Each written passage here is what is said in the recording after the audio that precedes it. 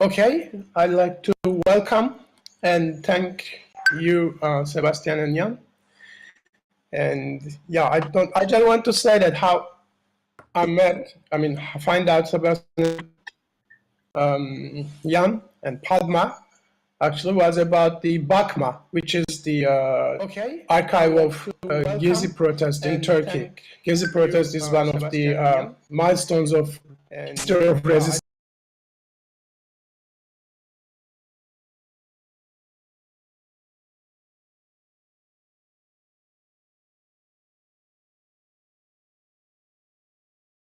I'm not quite sure how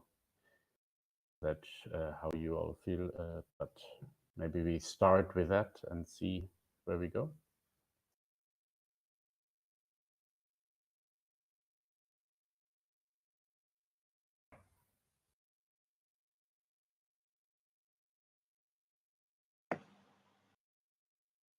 So now that the audio works, I can actually speak. That's great. Wow. So I mean, the title of the entire, or the subtitle of the entire workshop was "The Current Situation and How to Work in it Together." So of course, that suggests, and that is not true, that we would have an answer to that question: how to work together in the current situation. But then also, I think one has to take into account that, I mean, we've always been in the current situation. The current situation, I mean, in the past year or so, at least for some, it seems to be. We seem to be in a situation that is emergent or an emergency or different from how we thought things were normally, etc., etc. The closer you look at it, and you can have that as a broad political discussion, but also quite specifically as an archiving workshop, you will relatively quickly find out that, of course, that kind of normal state that the current situation is always an exception of, and never embedded in, that this normal state actually is a very dubious concept. And that's hopefully during the workshop that will somehow become graspable or apparent. That's not just an abstract political question, but can be specifically an archiving, collaborative archiving. So what is the current situation? Working it together, these are, as of now, 10:15, open questions. They will probably remain open questions in 2 or 3 hours, but let's see where they take us. And even though, as Jan said, since what brings us together here, and the reason for the invitation is some archiving work that many others have done with us. We even though we want to talk about and quite specifically about the how to work together, not specifically to the archive projects we've done, it would be a bit silly to not at least briefly, because not all of you know BAAB.ma or Pad.ma or Pandora, the software. It would be a bit silly to not at least briefly in the first part of the workshop talk about the what. But generally, and I don't know how that is with you, and it would be good to get feedback either on audio or in chat. Me personally, I'm always, over the years, I found it relatively unfulfilling to just get the what people do. I mean, I'm such super interesting projects, but the what, like the project presentations, this is what we've done 10 years ago, this is what we've done 5 years ago, etc., always leaves me a bit unfulfilled, in the sense that, sometimes I'm curious, like, okay, these are all great projects, but how were they done? What were the questions they started with, and what were the questions they arrived at?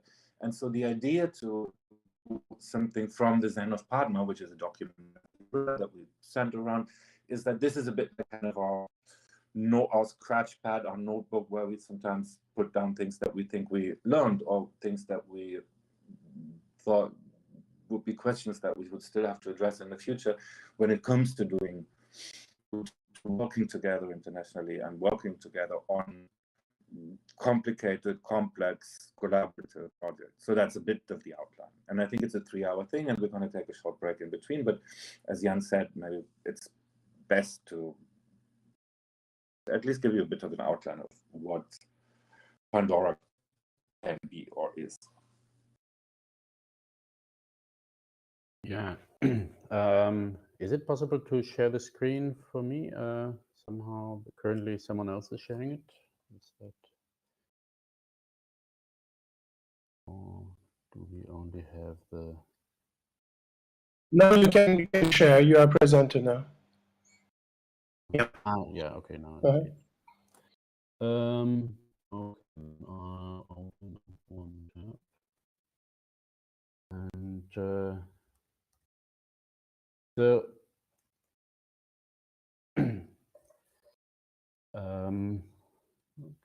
no, I don't see that. Does that work? Interesting. Oh, okay, so it's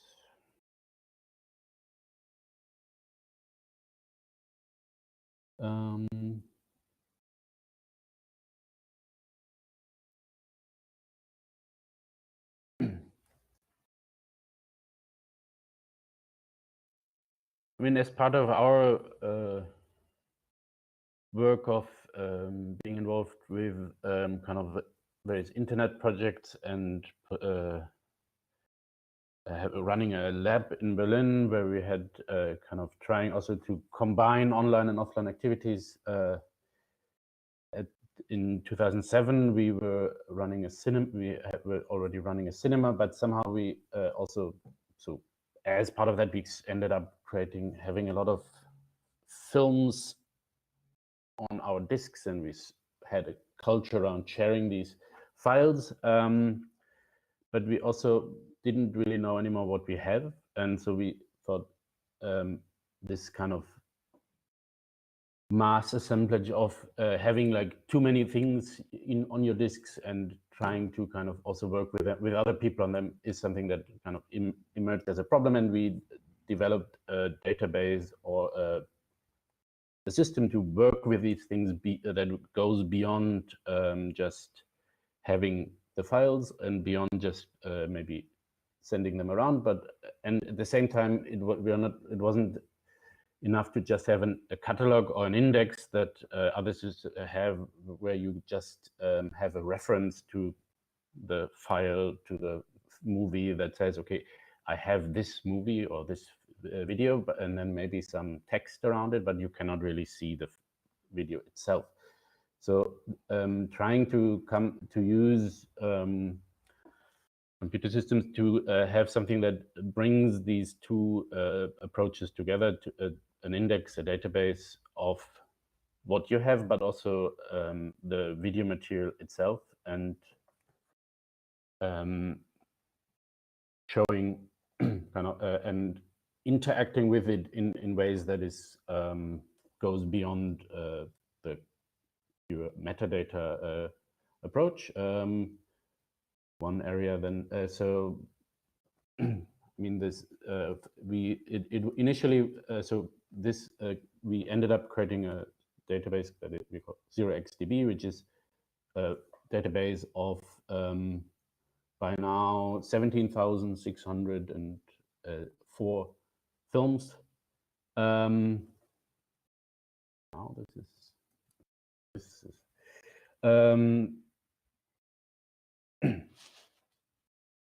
and when you land on the page, you kind of get this overview. You can immediately navigate through it. You have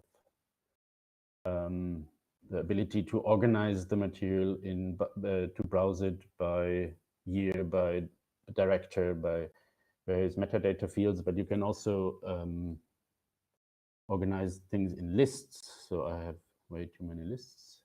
But there's also a way to kind of share this information with other people in that is, I mean, it is an online system, so it's not only something that you do on your own, but it's also intended to kind of create a shared approach to working on these things.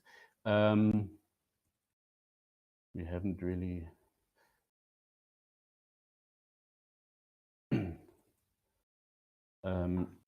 but obviously, okay, at this time, I mean, so far, this would be just kind of, okay, you have a film, it has a poster, but it's not really much it's very much decoupled from the actual video. But as you kind of click on one of these items, you already get a preview in the lower part of the film, of the screen, that kind of shows you a scene. But as you kind of hover over it, you also immediately jump into the film. So this is very close, but we also see this timeline at the bottom, which kind of is a visual indication. And these are kind of areas where we then have kind of also we came up with new ways of looking at the video material.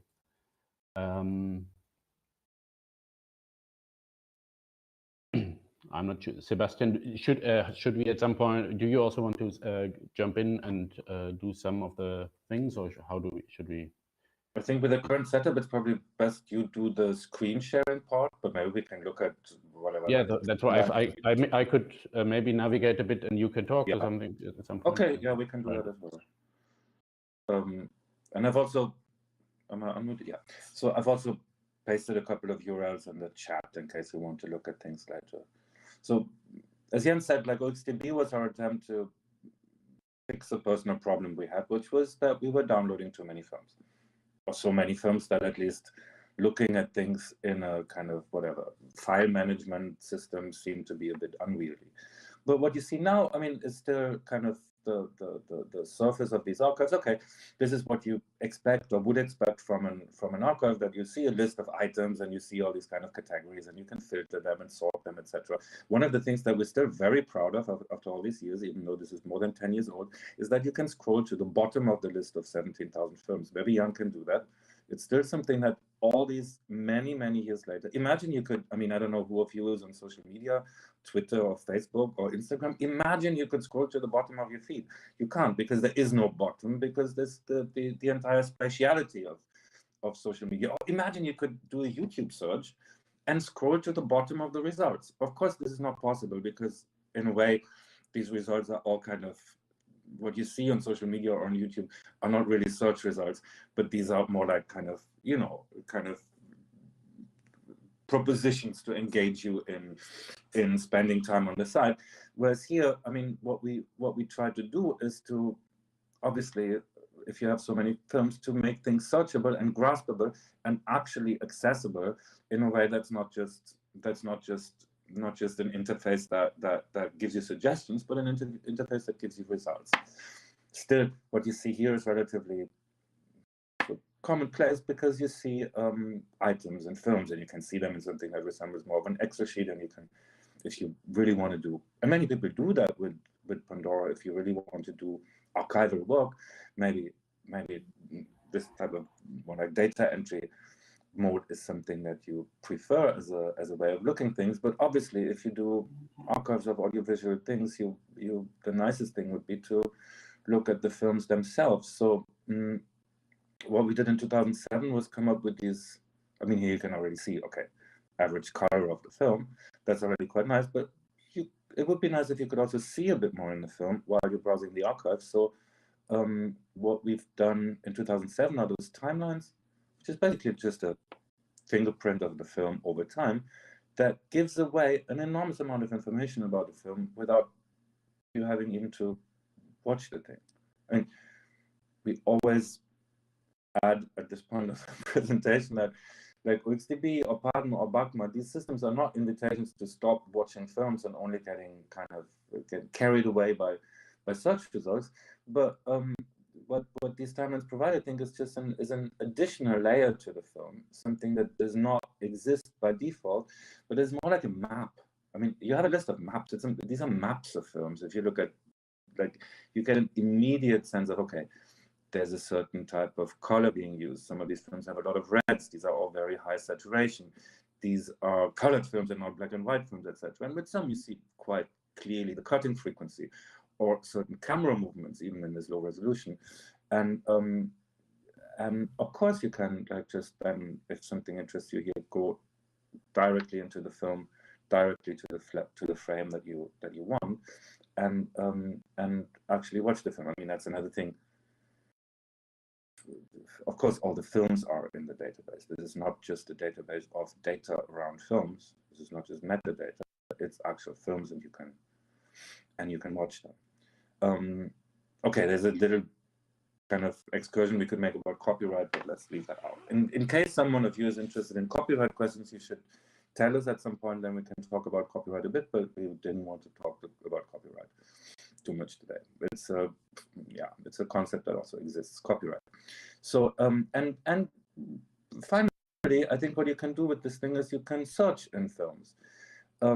We realize we have subtitles, and subtitles are basically time-based annotations. Like these are not just kind of abstract kind of keywords or tags for film, but the subtitles are obviously tied to specific parts of a film, and you can already see that there's a little highlight where where a certain, this is now a search for festival, where a certain word appears. But you can then also, I mean, if you switch to view as clips, for example, you can see, okay, you don't even have to go through the films as static objects, but you can actually disassemble them and have them displayed along across films, and you get the specific moments in a film where something is mentioned. And of course, it's relatively clear that this is something that can be generalized. It doesn't have to be subtitles. You can also work on shared footage and collaboratively annotate that footage, pick keywords or pick whatever kind of type of data you want, text, even images if you want, and use them to retrieve information from the films. And it kind of breaks up the film object quite a bit. Maybe you want to show edits also very briefly. Yeah, I mean, going from searching for a specific term in the entire collection, and you see these as these clips. Obviously, what you have, if you look at something like this query, you have a series of short video clips. Each of them can be played here, but it's not, maybe you at that point think like, okay, why not play this back as a film again? Because what is an edit? What is a film? It's a series of short clips. So there is a way to create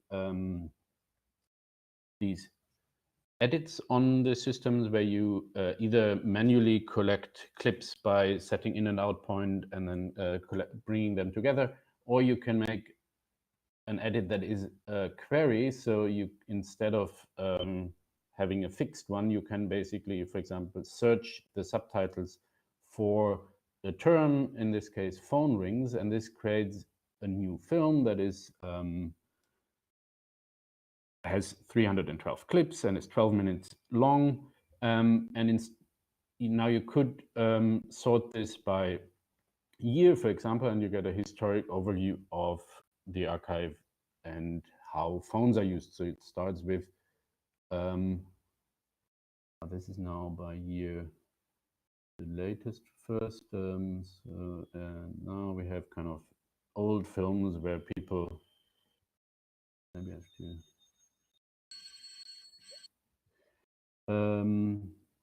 so it starts off with a bit of ringing is nice. People picking up phones and being like this old thing, but as we go through the history of cinema, we kind of we see how phones appear in different locations, and eventually they will also be mobile phones and kind of maybe like this. So in some ways, these edits kind of can be, but this is still a very dynamic edit. I mean, this, as new material gets added to the archive, as new annotations are made, this edit keeps changing and updating. So it's more like a saved smart query into the archive, but it can be rendered as a film. It can also be then maybe exported or worked further on to refine it further, but you can also use the clips and create something that is maybe more edited. But here's another one, which is a more complex query where you don't have just one search term, but it can also be, so in Pandora, you can make these very advanced queries where you not only search for one thing, but you could search for a selection of any of these matches you want to. So this also kind of goes beyond the size of the dialog. But you could say, okay, there are these different terms that I want to look at. And then you get a result which is also 23 minutes long and is kind of the relation of getting in and out of cars in films as a crossing point where you usually have some form of tension where people are trying to eagerly get into the car or get someone out of the car. And it is one of these tropes in cinema, so it opens up an interesting view. But you could also, yeah, so I mean, these are different ways of that we have used it in OXDB, but this can also be more an attempt of kind of working through a collection where you have maybe done more annotations. This is in a different, is in Pad.ma, for example, is kind of a view of the use of photography in documentary film, where you then end up where kind of things are tagged with photography, and then you basically have a relatively quickly get some sort of an edit that is people talking about photography, still showing a photo, and then going through an archive that isn't particularly focused on photography in cinema, but or in film or in footage, but at the same time, this is something you can pull out and work with.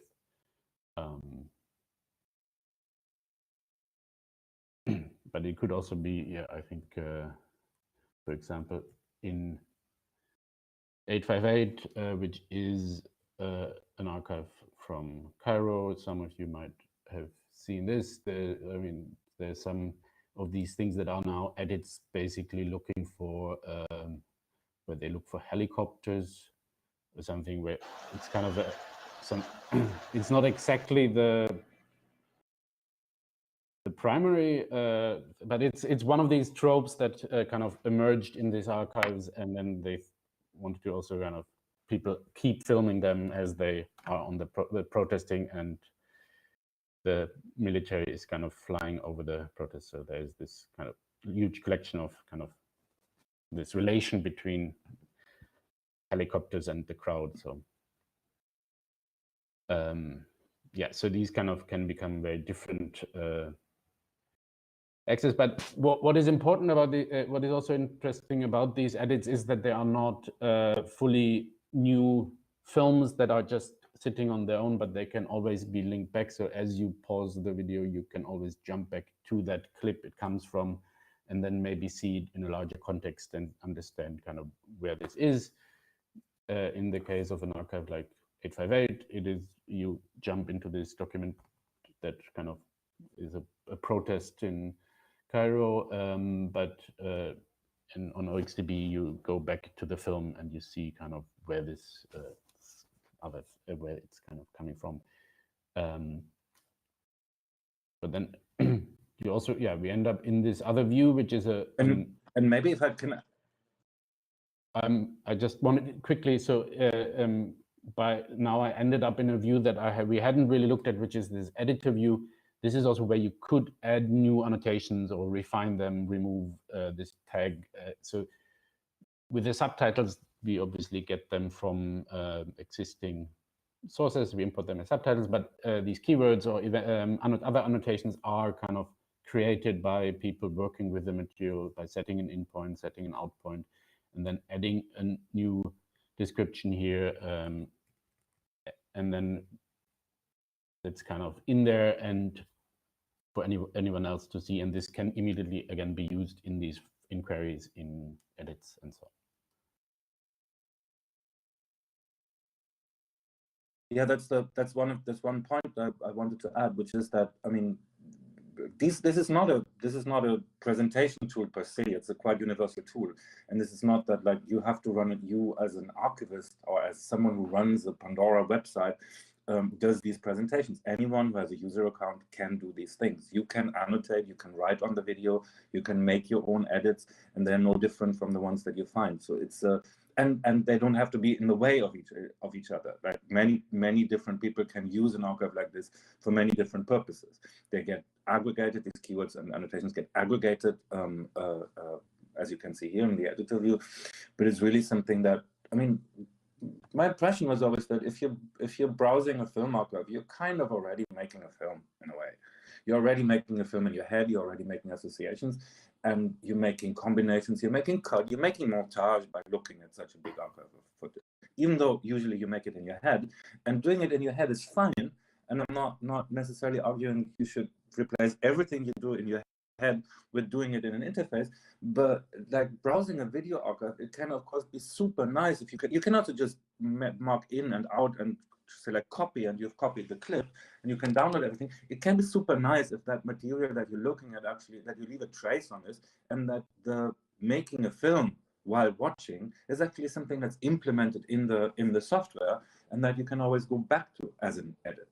So that was kind of, and it's not something that is limited to researchers or something. It's the main function of the archive. So everyone who visits the archive and has an account can do all these things.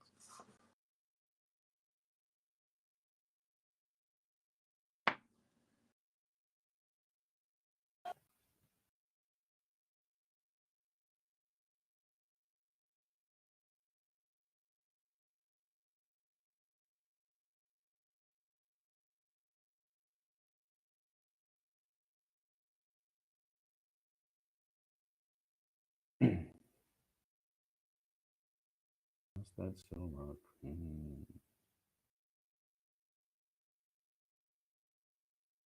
But yeah, I mean, these edits no, didn't work, but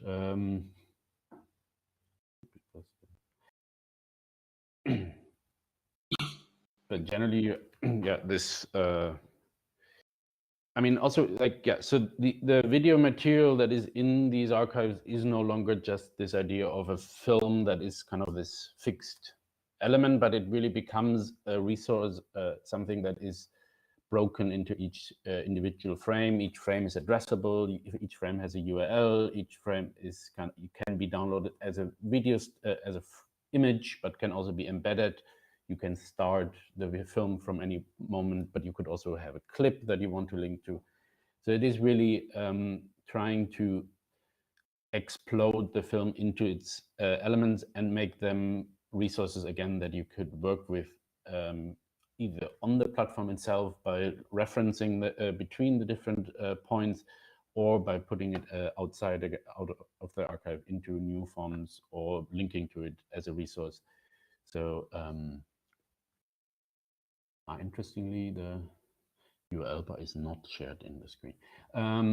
But as you navigate the archive to any point, or if you set an in point and an out point, the URL in the browser is always one that you could send someone else, and they reload on this position, and they would see the same thing you're currently seeing, like they jump to that frame in the thing. So that is also kind of making this very easy to, or kind of very easy to reference things, and also thinking of it more as how you would want to reference a text to something, is something that you want to be able to say in this frame, and then be able to directly point someone to it, instead of saying like somewhere in the film, and it's then relatively hard to find it. Maybe on that note as well, we also then have a section on the site that is more kind of our texts that are that's not, yeah, it looks better. So where you can have a text that is a text, but in a text you would reference a specific scene and link to it, and show that on the side, where the text becomes the primary resource, and the video material is more an annotation to the text, as opposed to the videos being annotated by text. We have text being annotated by video footage, and you can play them alongside. You have these things, and this could be the basis for a future film. In this case, it's kind of a script for a film with the references that then eventually becomes a film. But it could also be a book that references scenes where we. So if you take like something like the movement image, and then you see, okay, there are references to directors, and but also maybe there's kind of this kind of scene. Why does it work?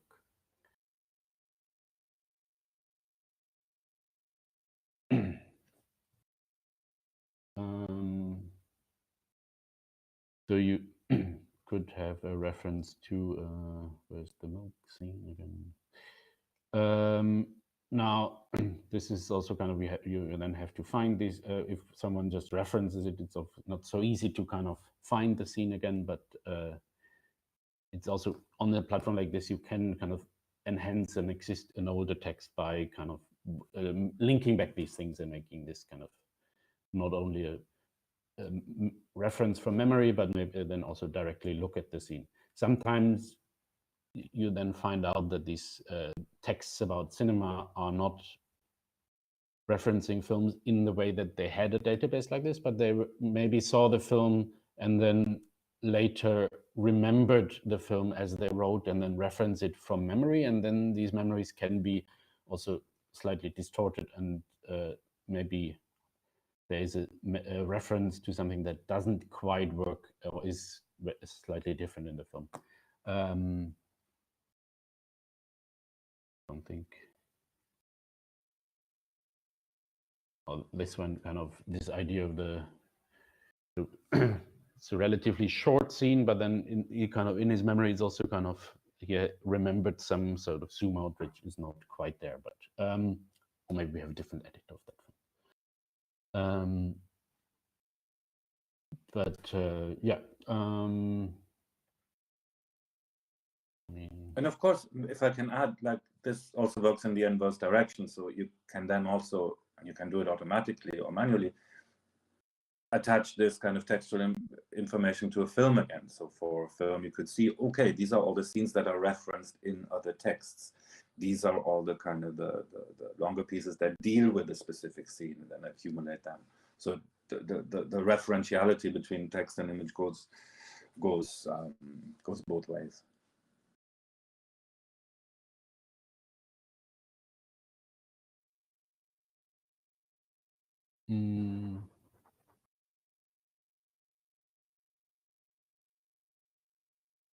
Yeah, maybe then. Oh yeah, Max. One more thing. So I mean, we have we have linked kind of like text and film and kind of going between these two things, but this isn't the only thing we could link kind of video material to. There's an idea of a calendar where you link it to historic events and could see together, and there's an idea of a map where you would link the material to a location on a map of a space, and then you could navigate the things from that. And if you have a place like Los Angeles that has many so I mean, this is just one film that is about Los Angeles, and then so we have many scenes there, but you could see, okay, there is this street and this is a scene that references this street, but maybe it also goes into more detail. You have a station with multiple scenes that you can kind of immediately see there. But yeah, so you combine the map of a location with all the material that is shot there, and this creates a very different perspective on the film or on a set of films. In this case, we just look at one film, but obviously if we look at all films on a map, this is still kind of many things all over. But if you could look at a director by his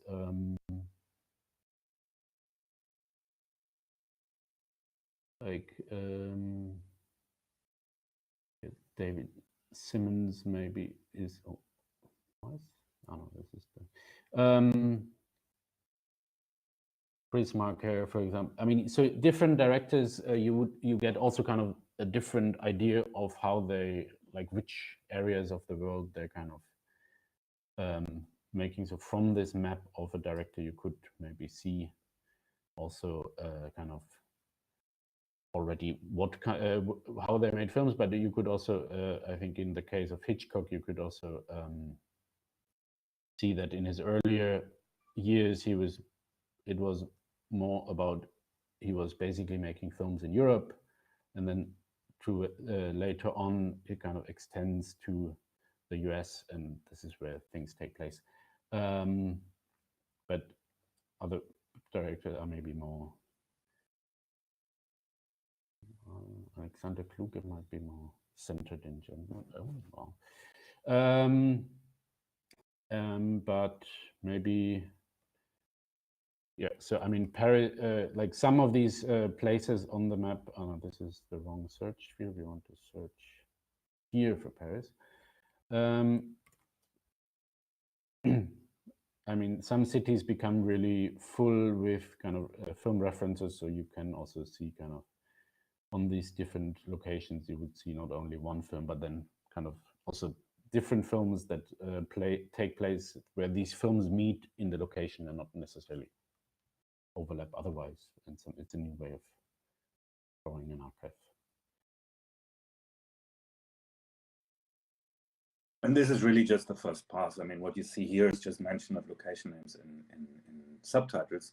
Of course, and people have done that in BAAB.ma or in Pad.ma or in 858. Of course, you can very kind of directly map certain footage that is taken in a specific location and map it quite concretely and see, once footage aggregates, what type of things take place in a specific location. And I think that can be super useful because there are certain connections that you can make on a map that you would not make from just looking at the footage itself. It's another way of doing montage, I think. It's another way of getting from one image to the other. You can say, hey, I see something that is very green here. Show me all images that are green in the archive. You can do that. But of course, you cannot, like, spatial proximity is one of these things that can be super useful to have in certain situations. Specifically, if a lot of the footage in Pad.ma, in BAAB.ma, in 858.ma deals with geography, quite obviously. May I ask a question? Yes, please. I mean, yes, please. I was just thinking that maybe this is a good point to collect a few questions and start talking a bit. Yes. Okay, I just wondered how this metadata is extracted. I mean, is it done manually or through the software, or? I mean, like this get in the car, get out of car, or all those locations. So I mean, different. So yes. Pandora itself has, the thing is, we both started talking. So Pandora itself makes it easy to add annotations to video material. So you can have time-based annotations. Maybe we have. I mean, the subtitles is one element that you can add where you. Now, depending on your archive, in the case of 0xDB, we try to not do manual work and try to come up with ways to find existing resources and pull them in. So the subtitles would be, so you have a film that has an SRT subtitle. You can import that and you get time-based annotations for the subtitles. In the case of Pad.ma, a lot of the material that is in there does not have existing subtitles. So someone has to sit down and transcribe the material, which is not done on that precision of subtitles usually, but more as a kind of, it's transcribed in larger blocks. Other annotations like linking it to a map, again, has to be added manually in the case of Pad.ma. What we do on OXDB is that we search the subtitles for locations. So it's not where it is shot, but it is locations that are mentioned in the scenes. So it's slightly different relation to the map, maybe. The edit, like get in the car, get out of the car, is again searching the subtitles where someone says something like phone rings is works quite well, because it is also quite often used in square brackets as an indication, like in subtitles saying like the phone rings. So it's since that comes up a lot, so it's easy then to use that as a search query in subtitles. But in principle, it is also possible to annotate material in the archive by hand for certain objects. In another archive that we have that I hadn't shown yet, which is Indian cinema, this is like the same edit for phones is done maybe more based on people going through the archive, and whenever they see a phone, they kind of add an, we have here by now it's 1 hour and 30 minutes long, people having phone conversations. So it's also slightly different from the phone rings. It's actually people with the phone in the hand, but this has been all keyworded as, okay, there's a telephone in the scene, and you see, okay, from here to here, there's a telephone conversation. And there's another one further up in this film. And so that by people going through the material and annotating it, you eventually end up with these queries that are possible. But it's not a process that one person has to do. It can be done also over time in a shared way. I mean, I think we will get to this question of manual versus automatic also in the part of where we talk about the how we do this.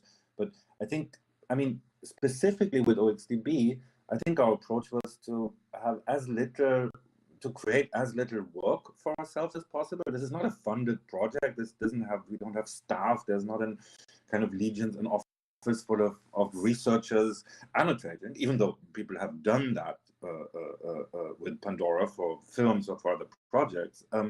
So the idea was always to try to get as much information for free and display it. So to get a bit of I mean, OXDB still claims it's an imaginary archive. If you go to the About page, it says it's imaginary, and what that means is that the one of the aims, I think, of OXDB is that it should trigger imagination. It should trigger this kind of idea of, oh, okay, if this is already the kind of type of information that I get out of a film archive, movie files and subtitles for free, what could you do if you do a research project on a specific kind of subset of the archive and do actual manual time-based annotations? And I think the mix of data you can get for free and data that kind of just falls out the archive by entering the material, and things that you can then do in a curated fashion manually as a research project, as something where someone actually goes really deep into the archives and leaves their own handwriting in it. The combination of these two can be interesting. And I think with OXDB, and I think Pad.ma and Pad.ma and other archives realized that then with OXDB, it was really mostly the idea to make a proposition that addresses not just kind of, I mean, it addressed our needs because we thought, okay, the result is better than just a file manager where you click on so-and-so.avi or so on. But the idea is really to have a sort of toolkit and then see what other people can do with it. Have a certain set of, I don't know what to call it, maybe even a grammar of an online archive. I mean, the thing is, many of the archives that we were encountering at the time, and this was, we know OXDB was launched in 2007, this is an eternity ago in terms of internet times, seemed so, didn't seem ideal for doing research. And not everything you do with it has to be serious. I think it's the border between playing with an archive and working with an archive is very porous, and one shouldn't always kind of just, I think an archive should accommodate practices that are, where it's a bit, where it's up to you what is play and what is work and how serious you want to engage something or not. And it probably also shouldn't divide its tool set for, here are all the professional features and this is what the users should do. But maybe we can get back to that a bit later, to this question of what types of use you want to courage, if you will. I was wondering, is like maybe we can collect, in case there are any, more questions about about Pandora and about these archives that you've seen, in case you have any.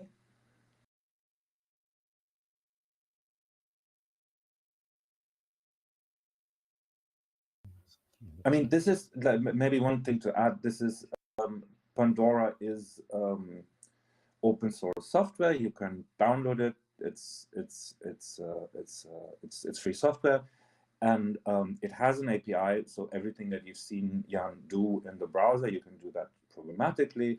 You can just send a query and give me all the scenes with phones, and give me everything that is greener than XY, and pretty much everything you can do with the interface, you can also do programmatically.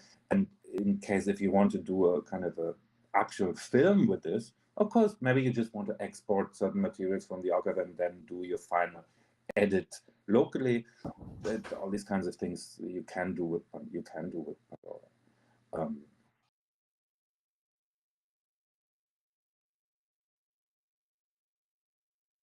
Yes, that's a good question. The question is, how do the films get into the archive? Should this be online, or is there an offline version that works locally? And copyright issues. I think when we started this, we were quite firm on that point, that we don't really see that kind of that dichotomy between the online and the offline. Of course, when we started developing it, you run this locally, and I think there's no reason, or there should be no reason, for an archive software that you run, let's say, locally in your local network, for not being also a website that can be on the public internet. On the other hand, it's the same thing. There should be no reason that you run a website or kind of an online archiving project that wouldn't work as a local resource, that you could just take, like, okay, I'm just running this in my room, it's on my own internet, and you can work with it locally. So all of the things you can do with Pandora, you can do locally. You can put it on the internet or not, but that's really just I think it's just a detail. It's just a kind of it's your decision, like with whom you want to share these resources or not. And so, yes, it works locally, it works online, and you can, I mean, obviously, I think many people have worked on, you can also, I mean, you can, additionally, you can create private sections. You can, like, every item can have different types of levels. You can say, okay, this is a public resource, and I keep this private because I'm still annotating it, or because I still have to talk to other people, or because it's a work in progress, etc. And the same is for users. You can say, okay, these are the kind of admins who can see everything in my archive. And for other people, I'm just opening up a subsection of the archive. This is all things you can do. And I think copyright is one issue, but in the moment you're dealing with, like in 858 and BAAB, of course, in the moment you're dealing with footage of uprisings and footage of conflicts in the street, you probably also want to look at footage and see, like, okay, what am I going to put online and what not? Like, this is and what do I keep local, and what am I going to put on the public internet? But yeah, I mean, as this has developed as a kind of a view to an offline archive, there's a relation between files that sit on somewhere that are not available online per se, but are in an archive. This is the case for XeroxDB, but also the case for Pad.ma, where we have all the material in a different resolution than the one that is available on the server, on the website. And these files are kind of linked to the objects on the site and then get transcoded. And this can happen kind of depending on your setup, so you don't have to upload a 20 gigabyte DV file to then create a video on the site, but you just have the video locally, create a version that is available on the site and upload that. So there's these different levels of an offline archive and an online version as well that come together.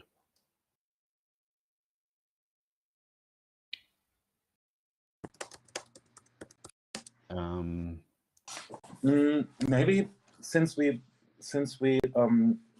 since we want to talk about the how, maybe maybe these shouldn't be totally separate sections, but maybe one can be woven into the other, because like I see that one question came up in the like this thing that we're talking about now directly relates to to at least one point in the Zen of Pad.ma that I hadn't been thinking about.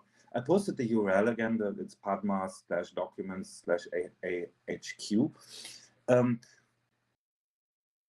It's one point. It's number 65. The Zen of Pad.ma has 80 or so entries at the moment. Number 65 says nothing is safe. This is a big issue. The problem you're dealing with often in archives is most generally this kind of, okay, what's the ethics of publishing material? And very concretely, as you asked in the chat, like, okay, do you want to show the faces of people in case it puts them in danger? Do you want to, what are the ethics of actually putting things online? How do we keep certain materials safe? What's the kind of and of course, I mean, I think in the case of a'21, there are materials from the archive have been used in court cases. These were kind of as part of kind of some activist activity. These were kind of intentional results.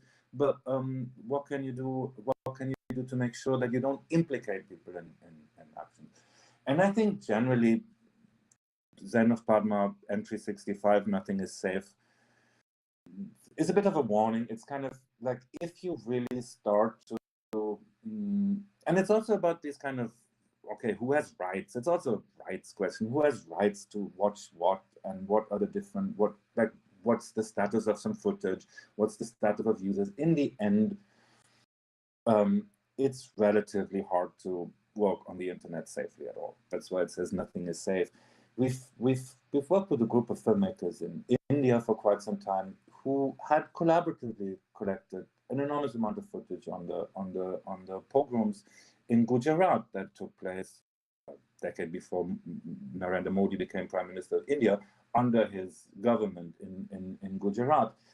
And this, the first, for a long time, no one wanted to touch the footage at all, but then some of it went into Pad.ma.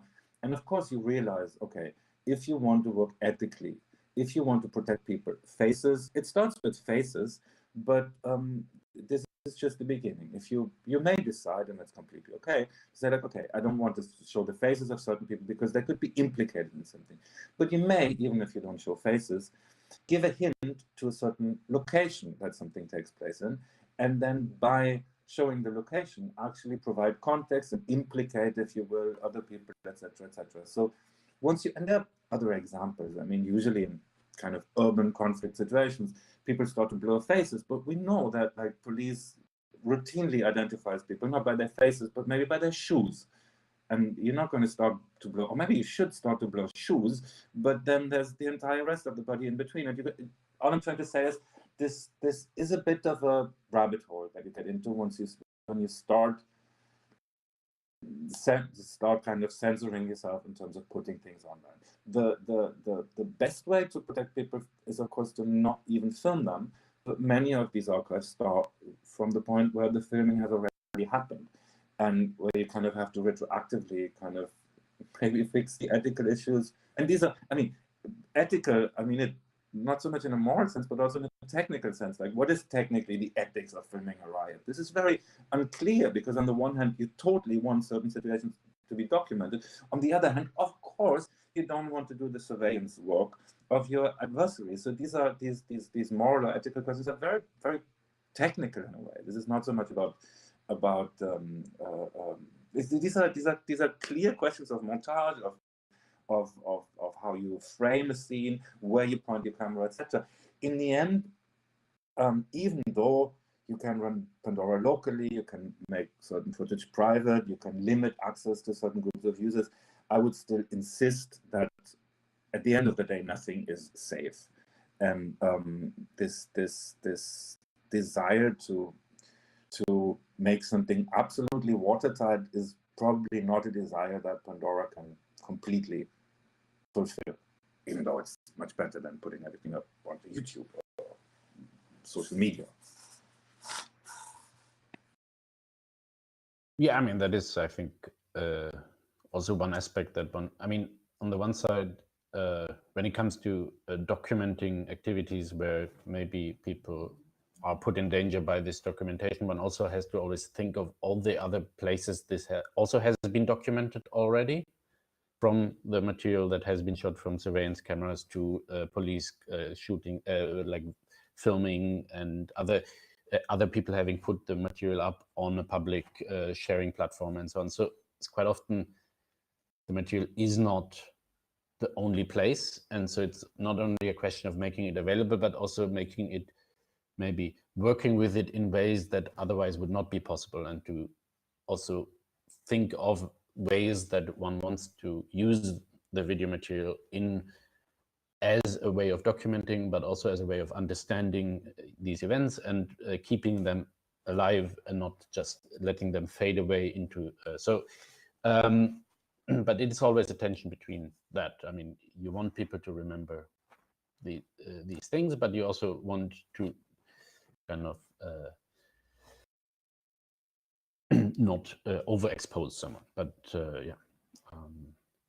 But I mean, it can also be, I mean, there's a project that looks at undercover police cops in the UK that have kind of been embedded in social movements over the last 30 years. And some of them have kind of been very active members of that scene, and through ways this came out. And so now the people are then looking at footage that they have from G8 protests and so on, and to see if where these undercover police people have already participated in previous protests and so on. They use Pandora for this research now. It's kind of not it's kind of used as an internal resource to kind of look at this material, and people using it. Some of it then becomes public, but it's also sometimes, it's not only kind of sometimes you also have faces of people, or you see people in material that you didn't know before that you would want to look for them. So it can also be used as a way of counter surveillance.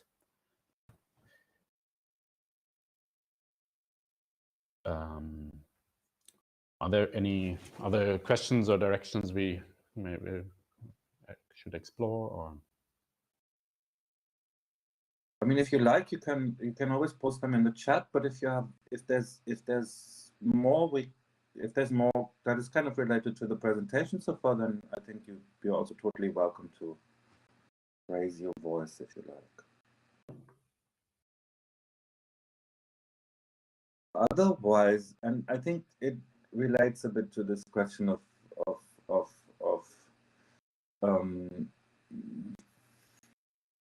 what are the issues that you could have with material, is that what are the issues that you could have or the kind of what are the reasons to not put something online.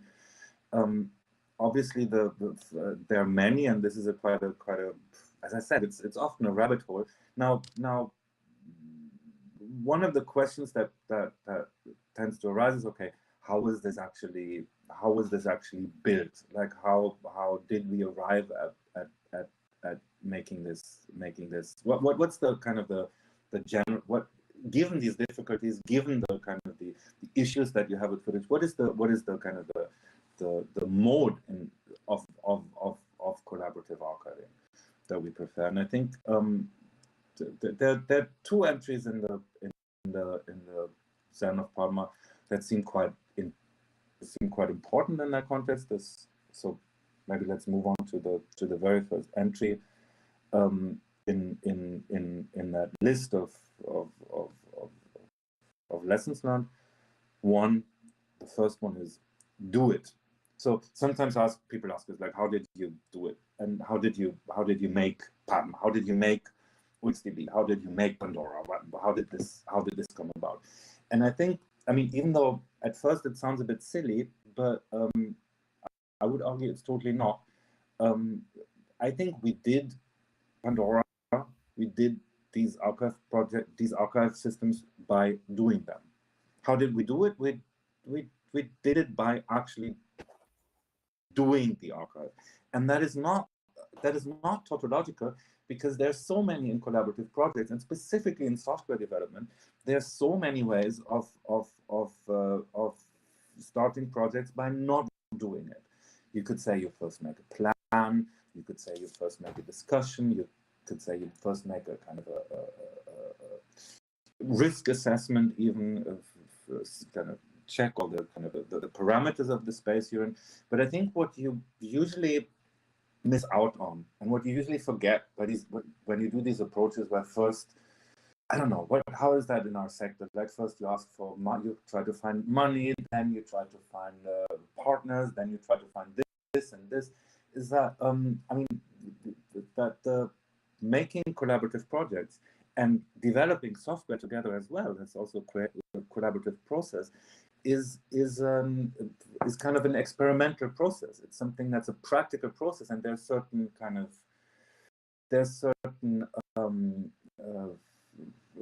things you find out that you can only find out in practice. There's no theoretical kind of replacement for this kind of trial and error method of actually starting to do things.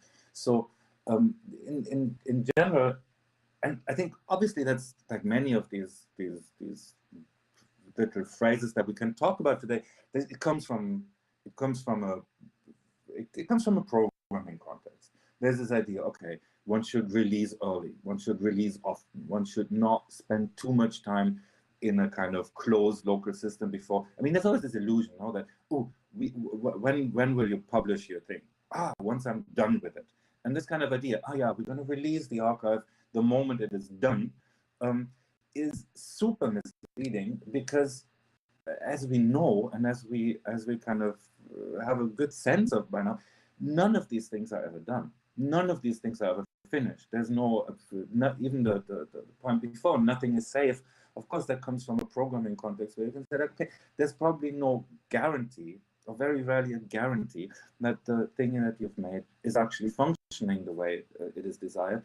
But you usually don't find all of the errors you've made by looking at your source code and figuring out what's wrong. But a lot of these things really just occur in practice, which is why we were quite insistent all the time to say, okay, if we want to do archive projects, then the most important thing, that's probably why it's number one, the most important thing is that you start by making the archive, that you immediately put the archive online, or that immediately, if you can from day one, you look at the archive. And if you just have, like, let's say you just have notes, or you just have ideas, or you just have examples, then put these examples and notes in the archive, in the software, and look at them immediately. Start, like, it's this kind of bootstrapping problem that as long as there's no archive, you have no imagination of what it would be like. But as long as you have no imagination of what it would be like, it's very hard to get to the point where you have an actual archive. This is why we're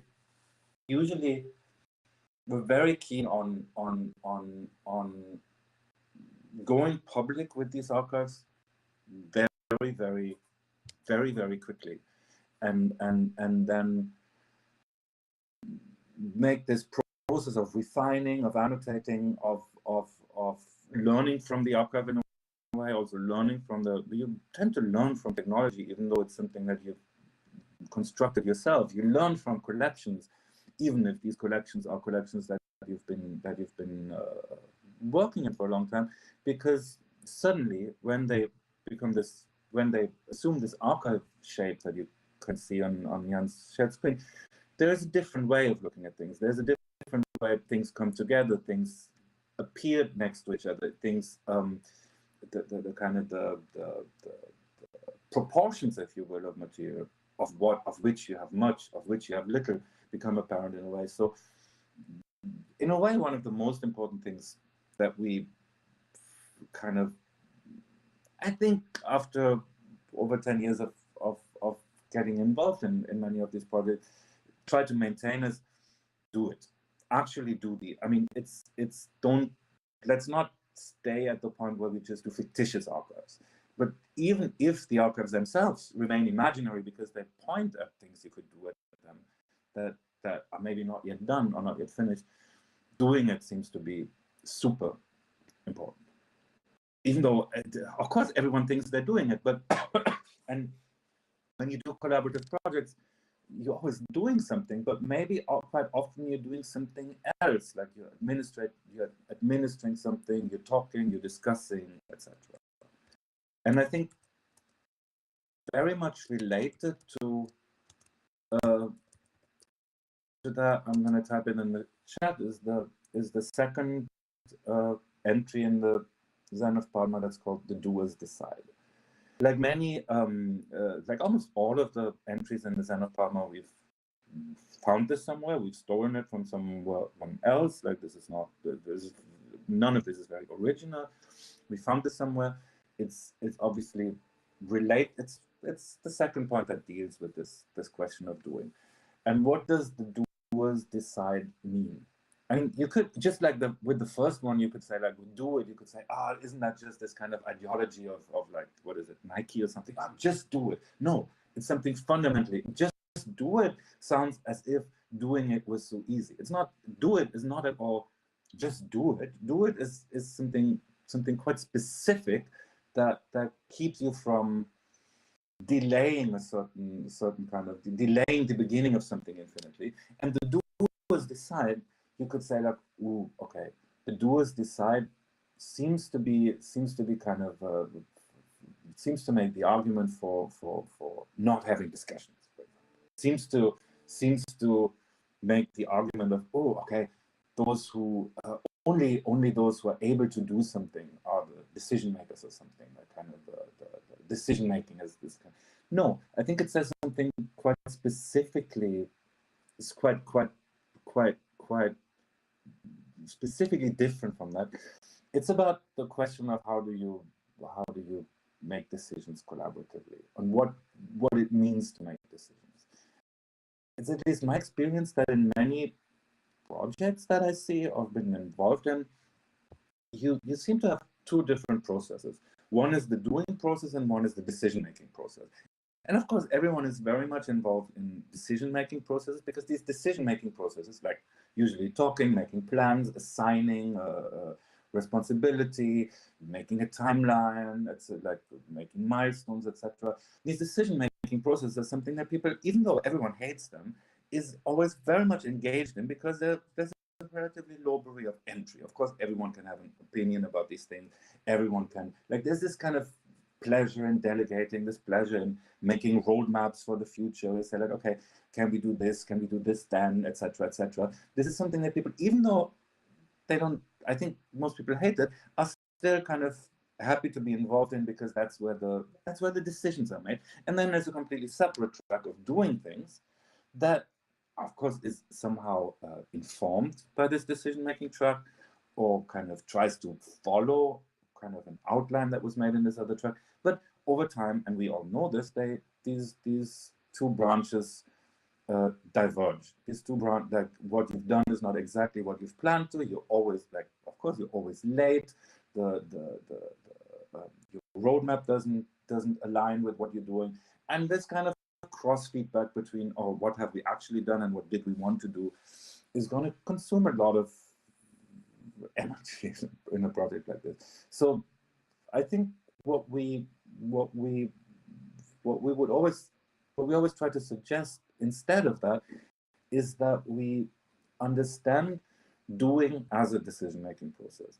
That the way to make decisions is to actually implement, if you will. The way to make that is extremely unfruitful to talk about the details of be it a technical system like an archive that's in development, or be it like a social process like the collaborative process around it. It's relatively unfulfilling to talk about too many ifs, to talk about too many to solve a lot of imaginary, if you will, a lot of fictitious problems that you have not really encountered in practice yet. So the idea of the doers decide would be that even though decision-making or this kind of discussion decision-making is something that can and will and always has to happen, that you don't see the decision-making track as something that's decoupled from the doing. And it's much easier to make these decisions by actually implementing them. This doesn't mean that you can't change them, and in a lot of cases you will change, but the doers decide, if you will, it's some sort of insurance against, or kind of some precautionary measure against your archive remaining fictitious or becoming this kind of promise that is always delayed, that is always postponed towards the future. And to actually see also doing something that can be implementing, that can be uploading, that can be contributing, that can be annotating, that can be forking something, etc., as something that is a decision and that doesn't just follow some plan or something. It's relatively hard to do software by first making a finished plan and then implementing it. And I think this generalizes to collaborative archiving and to collaborative projects as such.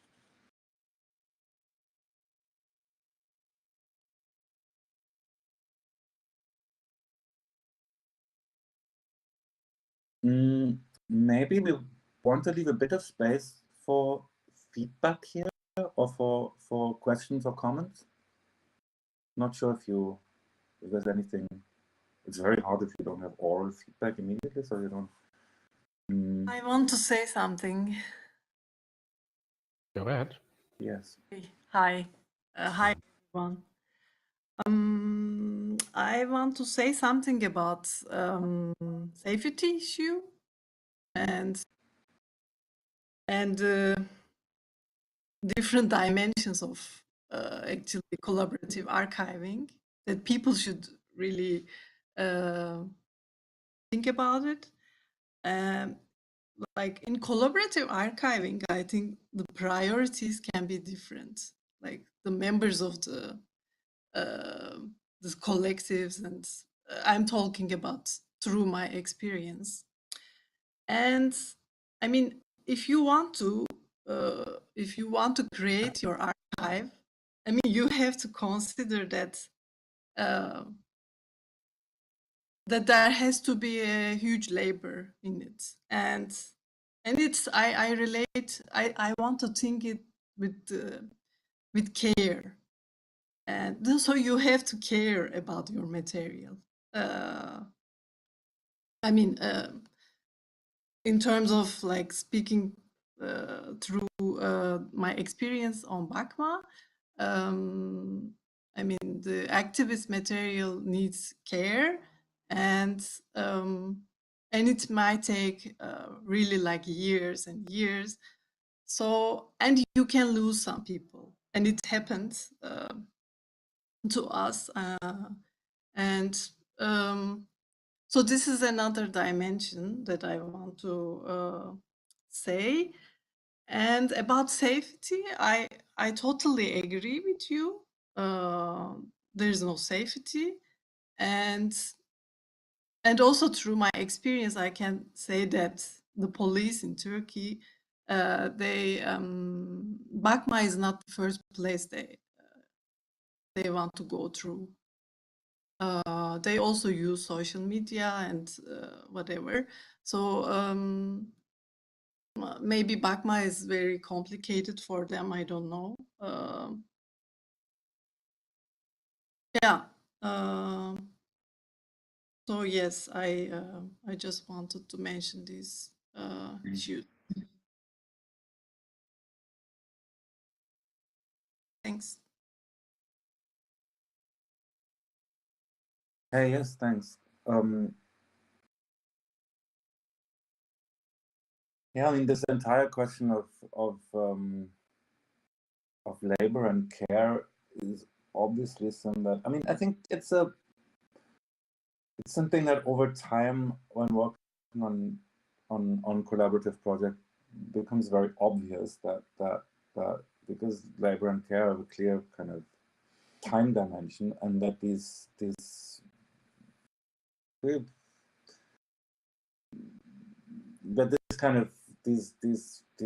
processes of just keeping something running, keeping something together, keeping something in state that is productive. And that can be, again, there can be a technical system, but there can also be a social, kind of a collective, a social context, etc. These require care. These are processes that require care, that are laborious, and that are usually, and these are types of labor and types of care that usually, yeah, don't appear in a kind of budget proposal, or that don't provide a kind of a function or a job title to anyone who's involved with them. But these are just things that happen on the side, and it's kind of course, by now, kind of even institutions have identified that care and these types of labor and what are these kind of adhesive kind of powers in social collectives are kind of important points, and need to be addressed, not just, you know, not just hidden in a hidden fashion, but actually in the open, quite publicly. Yeah, but there are of course no kind of. I mean, we've always been, like, as Jan and I, we come from this kind of, as we said in the beginning, we started by our initial problem when we started this was that we had too many films. So we come from this pirate context. So there was always this idea of, you know, sharing is caring. You kind of care by kind of maintaining and actively constructing and then maintaining certain shared resources. But of course, the kind of the let's say the technological frameworks or platforms on which we do this have changed, and we've seen that there are a lot of technologies that kind of promote this type of fake collaborativity, if you will, that where the act of sharing is actually one that has no connection with care anymore, which means to kind of actually keep engaged in certain practices of use, but it's basically just a kind of weird, relatively low, like sharing can be a very lonely activity on certain technological platforms that has this very kind of, and I think that's one of the issues also for archiving software, or for something that we try to do with this project. Like, how do you technically actually provide for spaces that social activity can find a place in, that are not already pre-formatted in such a way that, you know, the system already knows exactly what sharing is, and the system exactly knows what caring means, which is a kind of a, I don't know how you call it on, so it's a kind of a, what is this? It's a reaction, you know? And of course, caring, to care or to share, is not a reaction to some pre-existing content, but it's a deeper practice. And yeah, these are projects one is going to run into quite inevitably. But maybe, and that's maybe one last point on that, maybe one of the challenges also, and in that sense it ties back to these questions of nothing is safe, and what can you put online. I think what one usually underestimates is that the internet is not the internet. Putting something online is not putting something online, because there are very, very different levels of visibility. And visibility doesn't just mean, ooh, I put something on a popular website and then many people see it, but also you just feed it into platforms that are very much centered around this kind of idea of visibility and interaction, etc. I think one of the advantages of Pandora as an archiving software is that it's somewhat complicated. It's somewhat for professionals, and that keeps certain types of, or makes certain types of users, which is just this kind of drive-by, like, blah, add something, and then never think about it again, which makes these very unattractive. I mean, in the beginning, people were always asking, oh, but if we open these kind of annotations and comments, what about spam? What about it? It just never happens. And I think because it's too complicated for people who don't want to engage with the archive. And the same is maybe true of some of the archive projects like a'21 or BAAB.ma. It's very good to not be the most popular resource in the world. Some things that aren't, it's not the same internet. It's not the kind of it's not the things in these kind of Pandora archives very rarely go viral, or whatever you call it. Maybe you call it something else in the future, not viral anymore. But like these things generally don't tend to blow up in these kind of unpleasant fashions, because I think the kind of the way these projects have grown has taken a different path, and they're not necessarily optimized for popularity in a way. Which doesn't mean that they can't be popular. It's just a question of like optimization for.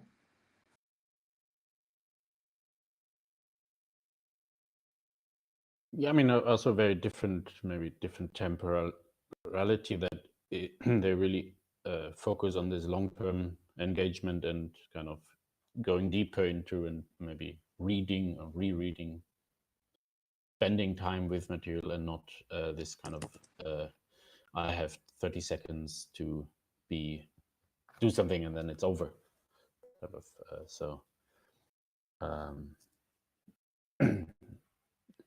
which I think, I mean, also to bring this to maybe the now or something, is something where these archives have like how a platform like Pandora is used in a time when everything is, or like a lot of activity has moved online and is no longer where it is not something that is accompanying offline activities, but is also kind of maybe how does it sit next to the Zoom meeting or the big blue button chat as a resource that takes a different temporality and is not just this kind of shared, like synced form of being together.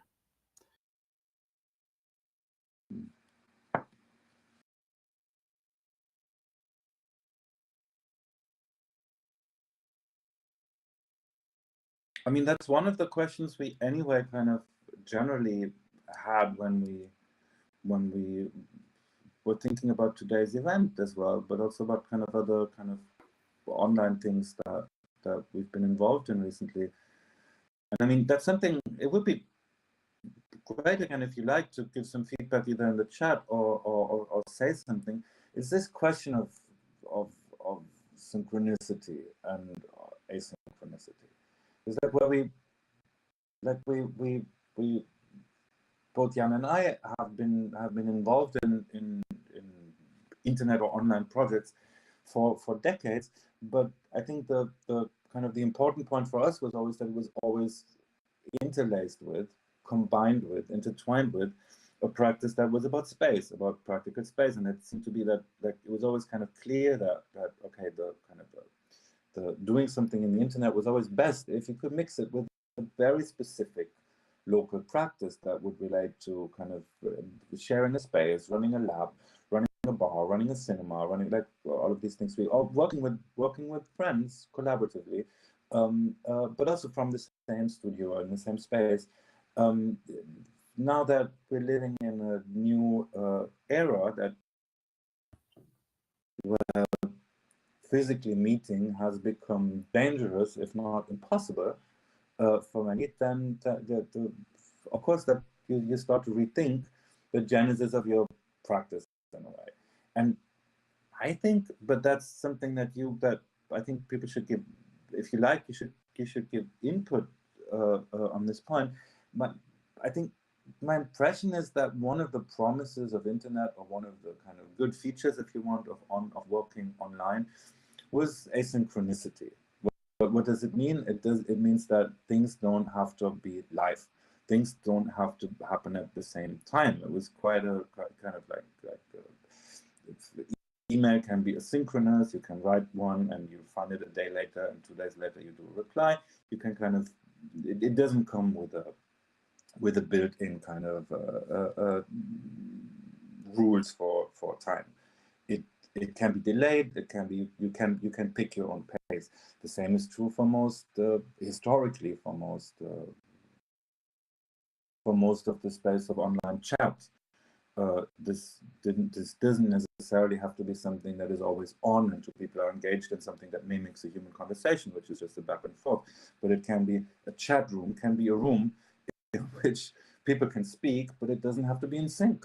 It doesn't have to be now. A question doesn't have to imply an immediate reply, etc., etc. And like, long story short, we can talk about this more, is that like what seemed quite stunning to me in the last 12 months is that so much of the online activity we do has become synchronous. Synchronous means something like the thing we're engaged in here at the moment. We're doing an event. There's a specific starting time and an ending time. It requires our presence, and we're trying to be together in the current moment. So basically, this idea of Big Blue Button or Zoom or whatever these kind of systems are, this kind of idea of the meeting, of the business meeting, if you will, where everyone is present at the same time and certain things are kind of discussed on different channels, has become a kind of a default that we seem to use because it replaces what was formerly the cultural event, which is of course also synchronous because everyone shows up in the same place at the same time, but it's in the physical world. So this is something that we've been thinking about, and maybe we can think about this more together now. This question of what do we want from these synchronous formats? Does this syncing, what function does it fulfill to do things synchronously? And are we kind of missing out on options to do things asynchronously, but that would still also be kind of a thing that we do instead of meeting in physical places, which at the moment we can't. So this is something I'm still actually puzzled by. Where does this drive to synchronicity come from? But it's also, I mean, I think there's also this aspect that these meetings are not only synchronous, but also reduced into a single conversation, while meeting in a real space also always allows for side channel or other communications to happen at the same time, where you could have a conversation on the side that is not the only so there's always this other communication that can happen, these other conversations that seem to also be lacking in these online forms of meeting in a kind of video chat setup. At the same time, yeah, kind of while being in a conversation to explore something else, work on, to have results on the same time. It's also, yeah, this other thing, the feedback kind of is very different. Of course, if we would be in the same room, I would have a much better idea of what everyone is thinking. Right now, I just see some muted icons and don't really know. So these things.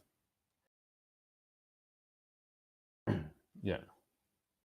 You pasted a new topic. You want to? Oh no! This is for the future. We're not there yet. Time is not evenly distributed. We're still at number 58. Let's keep things async. Let's keep things. I mean, that was our proposal at least. Let's keep things asynchronous.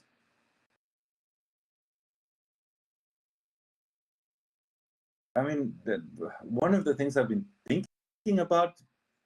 Someone's typing. One of the things I've been thinking about in the context of asynchronous was always the history of radio,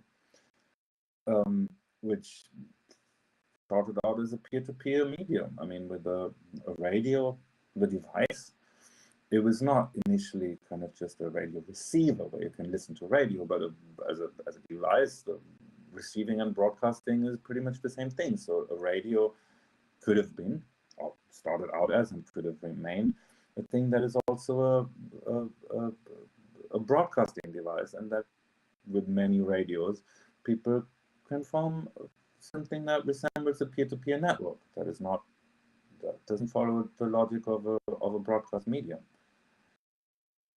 And yeah, I think that's a good question. And I think the danger, at least, is that internet. That's something that one always thought. Like when the internet became a mass medium throughout the second part of the 1990s, it was clear, like, okay, one of the historic precedents for this situation could actually be radio. And one has to be careful that kind of certain mistakes that were, or certain things that you can learn. Let's put it that way. You can learn from the history of radio. And one of the things that to me seemed to have happened last time is that internet and a lot of things online that could be asynchronous, internet kind of was more and more used as a broadcast medium, as something that was synchronicity, being at the same time in the same place and listening to the same thing, has become kind of the default. Of course, the internet is large enough to accommodate for all kinds of practices. It doesn't mean that everything as synchronous has gone, but it seemed to be that like so much bandwidth suddenly was consumed by Zoom and by Netflix, let's say, kind of this idea, okay, yeah, it's a better type of television that we used to have before, but maybe we can't broadcast anymore, but okay, but we get an acceptable film program, if you think it's acceptable. But so many of these users in that situation of isolation and quarantine, etc., were these broadcast modes, right? I think it made sense to think about the kind of the story of radio in the 1930s, also in a relatively similar kind of under similar pressure. Radio was redesigned to become a broadcast medium that's mostly used to keep people in sync, quite literally, and keep people led to it's a which was later then mirrored by television, kind of a medium that transports orders and that is used to instruct. Do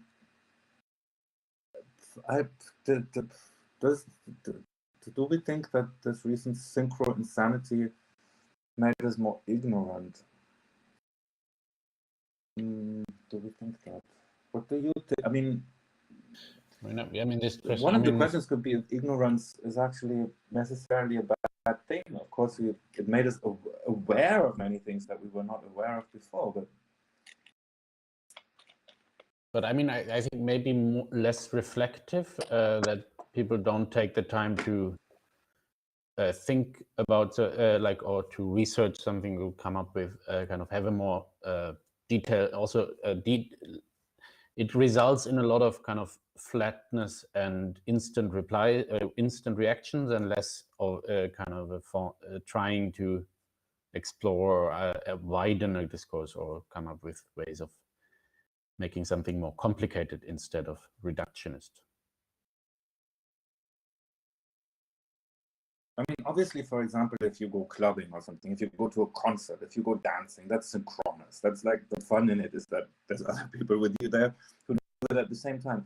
But yet, this is a fundamentally different activity because it's happening in a physical space. And I would even argue that dancing is, if you go to, I mean, like by now, it's for most of the people in the world, an imaginary thing, a completely kind of unimaginable thing almost. But spending time together in a club, let's say, I would still argue it's fundamentally asynchronous because time is distributed in a very different way in a physical space, whereas the kind of the time you spend online, like to have an event at a certain time, to replicate all these things, like, okay, here's the ticket, here's the entrance, be a bit there before, here's a back channel, etc., to model the kind of the physical event as something that takes place on an online platform, loses a lot of these temporal dimensions in which actual async is still happening. Of course, no one who goes down, no group of 100 dancers actually dances synchronously.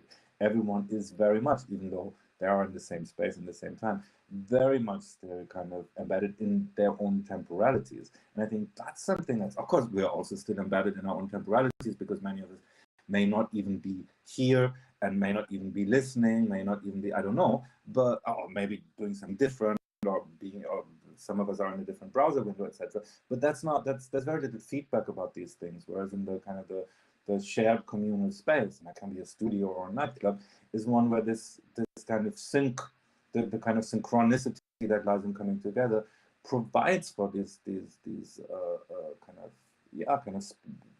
spaces for asynchronous time. And I think, I mean, it's also something that you realize when you I mean, this could be a next point. The question of the distribution of time, like of course the goal of any, or kind of the point with any with any online platform, with a thing that you can use for video chat or you can interaction, is that that time should be evenly distributed, and the audio should be evenly distributed. Everyone something.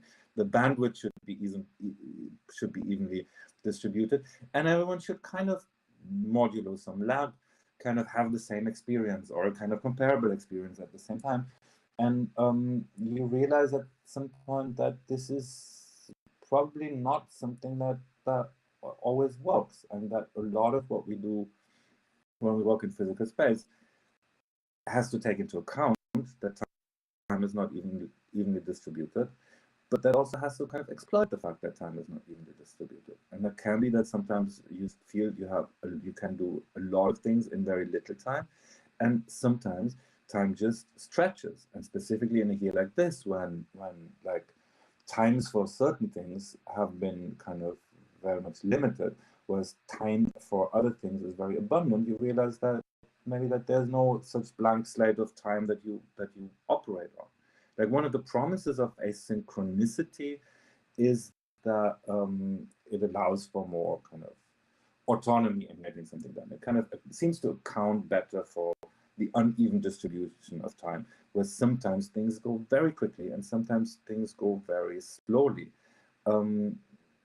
The question would be, and that would be a practical question, and could one imagine an alternative type of technical solution, technical kind of setup, technical proposition, let's call it a proposition rather, to make a platform that allows for asynchronous media art festivals, that allows for asynchronous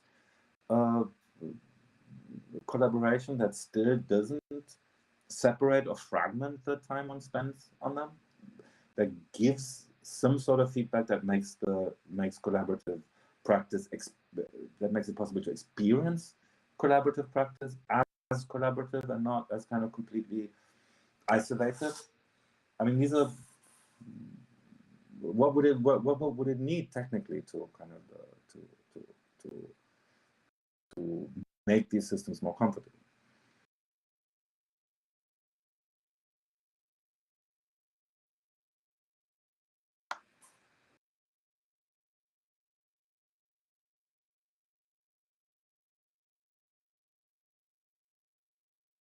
I mean, there have been some of these attempts in creating kind of 3D worlds or maps, and you can navigate and have different rooms. But they always try. I mean, so far a lot of it is kind of still trying to use or come up with new metaphors for how to translate this experience into some virtual world or something. But maybe similar to the metaphor of the desktop or something, they're still too close to the physical experience and are not really taking into account new forms of or different ways of using it. I think we cannot just translate the situation, but we have to also explore new ways of doing it. I mean, of being together on that then reflects the reality of the medium that works with its advantages, and not just tries to force an old medium into the new medium, which is happening a lot right now. Where where the old medium TV is replicated on the internet by trying to create broadcasting environments, or the old medium of the meeting in physical space is turned into a virtual meeting, but without rethinking what that could be, what new qualities one could have there, or what things just don't work as they are turned when it kind of is translated, what is missing. But I think it's also very much an open question so far. I would be happy to explore, find new ways to deal with this, but so far it's also, I've not come across many. It is interesting that there is also, I'm more surprised how little, I mean, to me, this is explored, how there is not, I mean, in this time people could explore various new forms, but a lot is just taking this kind of very narrow virtual meeting synchronicity as the only way to do things. I mean, in a way, to me, it's often, I think of it as a question of dimensionality, if you want. I mean, what we're doing at the moment, you have an audio stream, you have a video stream, you have a you have a chat. We probably also have a shared notes where we could collaboratively work on documents, etc. We can do that at the same time. So there's some certain asynchronicity implied in the sense that not everyone has to always do the same thing. But I seem, if it was me, I would be very happy to actually meet in 3D environments and kind of online 3D environments instead. I would be absolutely happy to do a kind of a conference in something like whatever, Grand Theft Auto Online or some kind of other multiplayer online kind of system, just because you seem to have, at least it seems to me that you have a kind of a surplus in things that you can perceive that just like usually, or for many people that works as a technique, is if you want to think about something or kind of develop something, it can be very useful to take a walk, because just the change of scenery helps you to kind of map ideas onto something that is actually accidental, that is actually just kind of the specific locations you walk into. Just like meeting in whatever, Grand Theft Auto Online would provide these kind of, okay, you have avatars, but you also have a kind of certain type of scenery. You see proximity of people. You could go and take a swim, or you could just drive somewhere. You could go somewhere else. You could make this kind of distance versus proximity something that is visible and experienceable without being immediately foregrounded. So I think one of the ideas why one point and we showed you the map in Pad.ma before, one of the points in the Zen of Pad.ma says, make maps, not lists, is because, and that's a relatively serious point also for kind of working together, I think, and I would always suggest to try that, is that maps have a higher dimensionality. Lists are these to-do lists, these are these roadmaps, these are these lists, are these kind of, okay, missing features, there's a list of bugs, list of participants, lists of things to, but in the end, every list becomes a to-do. It's very hard for lists to, or kind of a shrine, like the kind of a list of lessons learned, etc. Whereas and it's a one-dimensional thing. Sometimes things come to the top, sometimes things disappear towards the bottom, but in the end, you're kind of on this 1D structure. Whereas a map seems to always have the advantage that it's 2 plus, it's actually 3-dimensional, because you have spatial directions, but you also have a level of zoom. How close do you want to be to the ground truth, and how far away do you want to be from it? And that can make a difference as well. And the map, the non-sequential but rather spatial arrangement of things can make navigating, if you will, can make navigating a list a kind of a set, would be the correct word, a set of things you've collected, not just more kind of convenient or more kind of or richer, if you will, but also could in fact provide for making these connections that in a list are just impossible to make.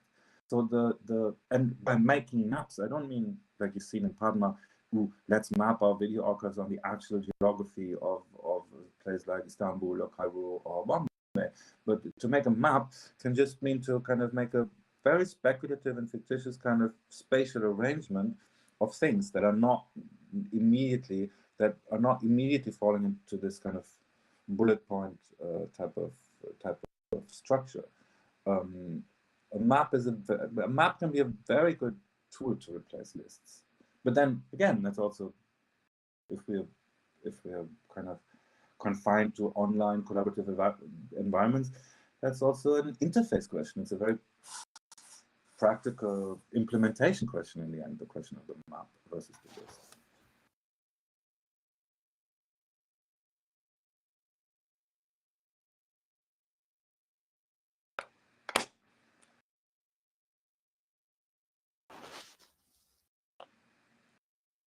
So shall we maybe, I mean, I don't know how you've been doing this usually, but like we have a bit more than 1 hour left. So one of the things we could do is do another round of questions or inputs, and then take a short 5 or 10-minute break, and then continue with the, because we would then have 1 hour left. Continue with the thing after a 5-minute break.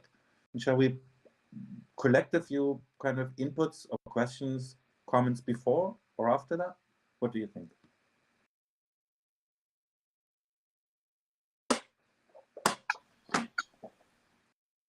Maybe just to add what you said before the break.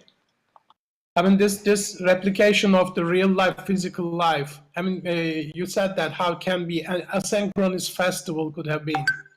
I mean, this Amber Festival now is kind of a new trial of making a festival, which is distributed, which is online, which is kind of hybrid, because there are also some physical events. And each event, actually, which are online, has a physical part at some different distributed points. So yeah, but that is true. I mean, why we are trying to replicate the real life. I mean, why we are trying to replace it, in a different way. But we know that, I mean, these kind of metaphors not really working. Think of that Second Life. There was something called Second Life. I don't know if this still exists, but these days they are also trying to create 3D spaces that you can go in and listen to a conference and see an exhibition, etc., which is totally virtual. But I think these things requires you to pretend. I mean, you are not really as if you are behaving as if you are doing something else, but not that what you do really. So we need kind of different metaphors or different realities on the virtual platforms. But I think it's gonna take quite a time.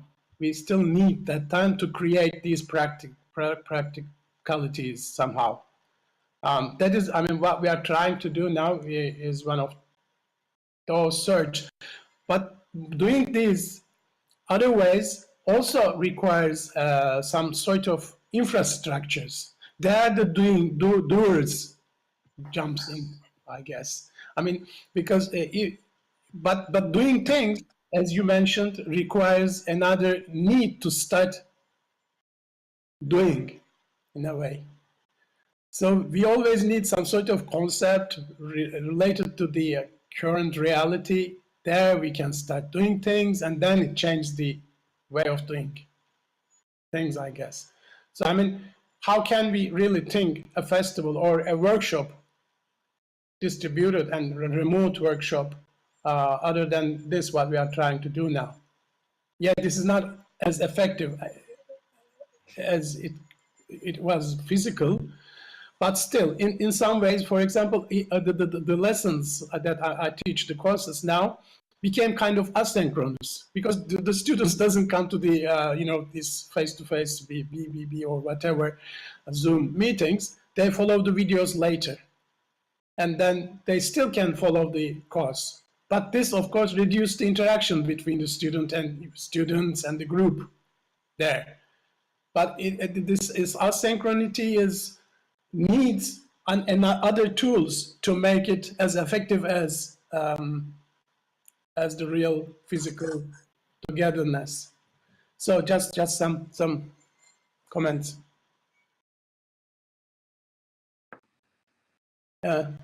If there is no other question or comments, if you like, we can give it, let's say, 5-10 minutes break and come back.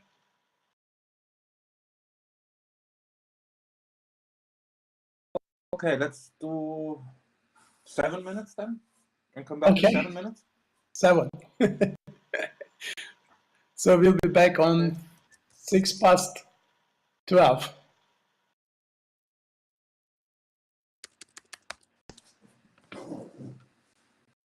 Okay. I mean, we have to go. But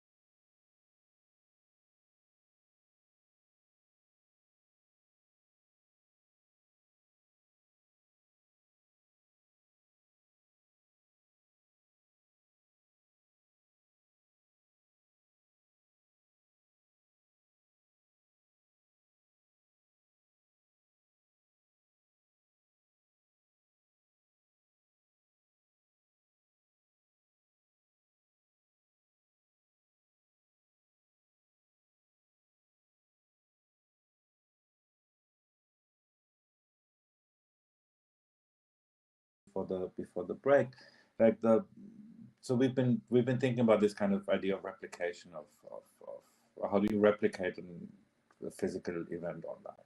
What would 3D be, and how does what could a 3D environment provide? And is something like Second Life, like where do these metaphors come from?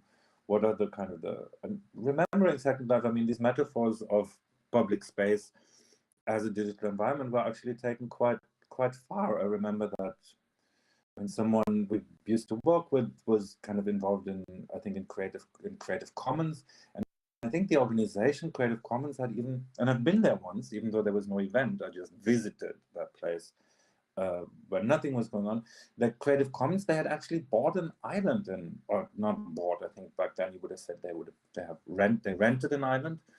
An actual island in Second Life, and they built on that island. They had built an amphitheater, so it was a huge kind of open. It was kind of modeled after Greek, probably in the Aegeus and in the Mediterranean. Islands looked like that. It was a small island, and the biggest feature was that they had hired someone to construct a big amphitheater that had a stage and these big thing behind that stage that could be used as a digital screen, etc. It was quite funny to go there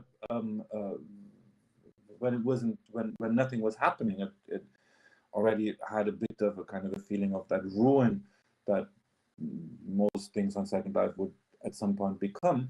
But I thought it was quite funny to see that there was actual, and I mean, it cost money. It cost like several $100s a month, I think, to rent, to have real estate in Second Life, and then of course constructing something would also consume time and energy and probably money. To see this kind of how far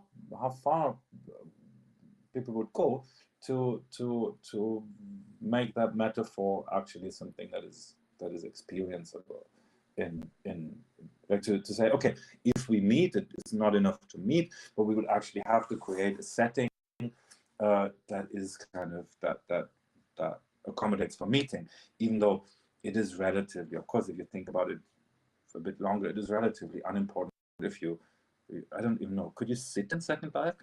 Yeah, one could sit in Second Life, no? You needed to, but of course it makes no difference in the end if you're standing in a virtual environment or not, or if you're sitting. It doesn't mean that one is necessarily more comfortable than the other, but there was this kind of idea, okay, let's just work with these.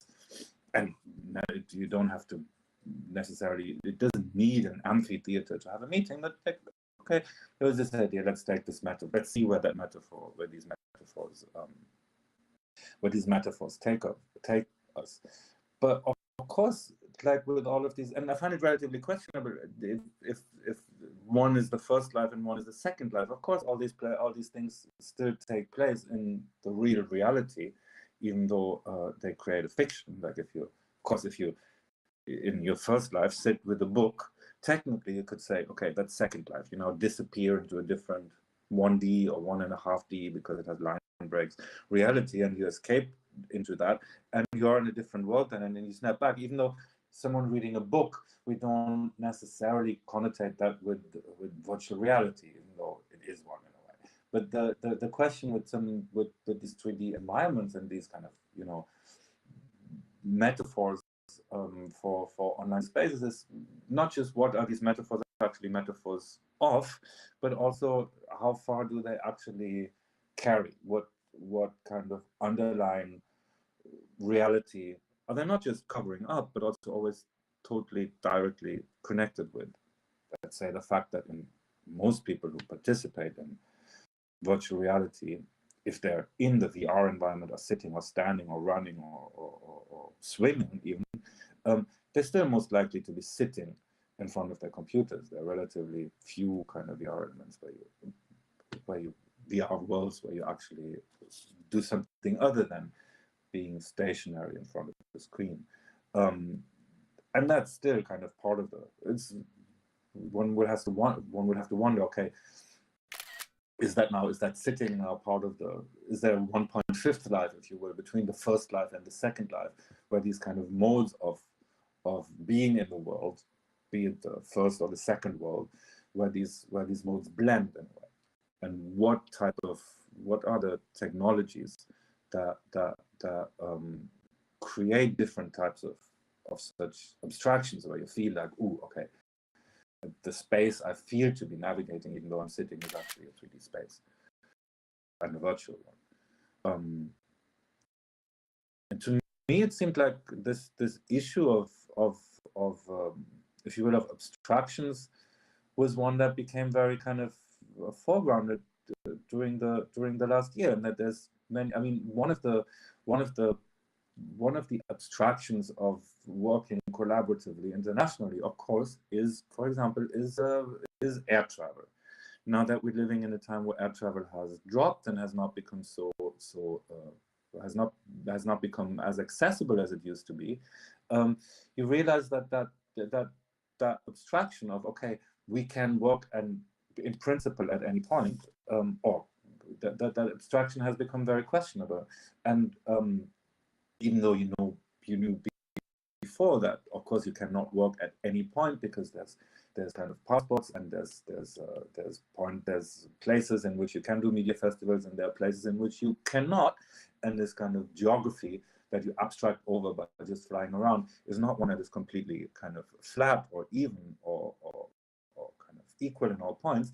You just realize the kind of the loss of when that one type of abstraction seems breaks down, and you realize, oops, you can't the kind of moving in the first dive becomes very different.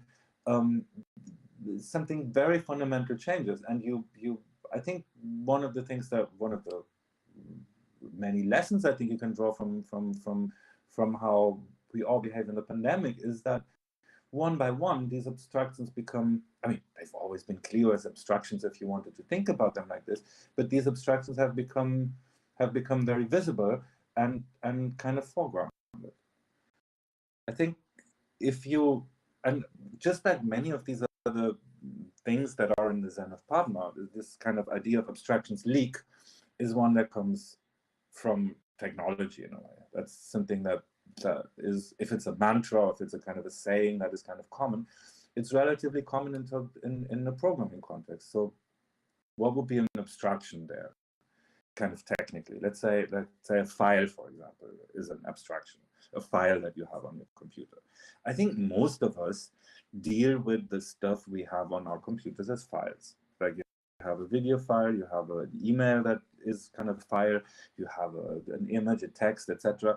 It can be very comforting to think of the stuff you have on your local computer as a kind of a selection of files, and then an organization of files. Some of them are in folders, some of them are somewhere, some of them are on external disks, they have a physical location somewhere, but you can, once you start accessing these things, these are all files. And of course you don't know where they are, so you can somehow search for them sometimes, but that's kind of what you think.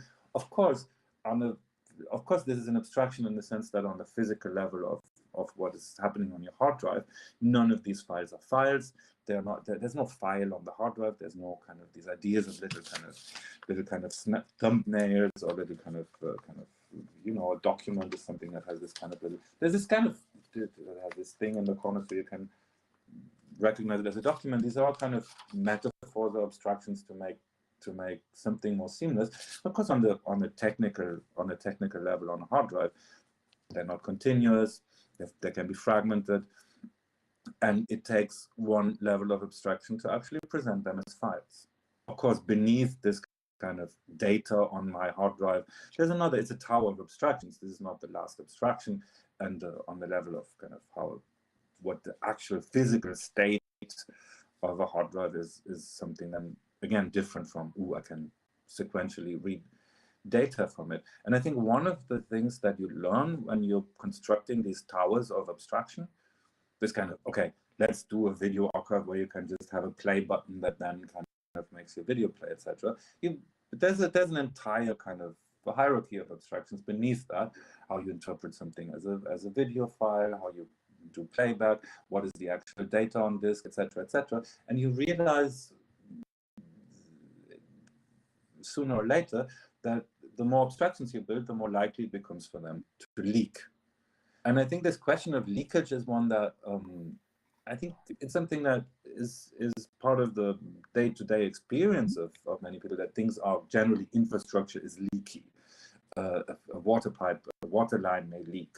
kind of electricity may not, the same amount of electricity may not kind of reach the end of the kind of the electricity distribution system, etc. So leakage seems to be a super kind of common thing. But I think as an experience of the what you have in the current situation, which again is by no means just current in the sense that it's this year and before it was different, and then at some point it's going to be over and going to be normal again, is that more and more of these kind of many of these abstractions have become apparent.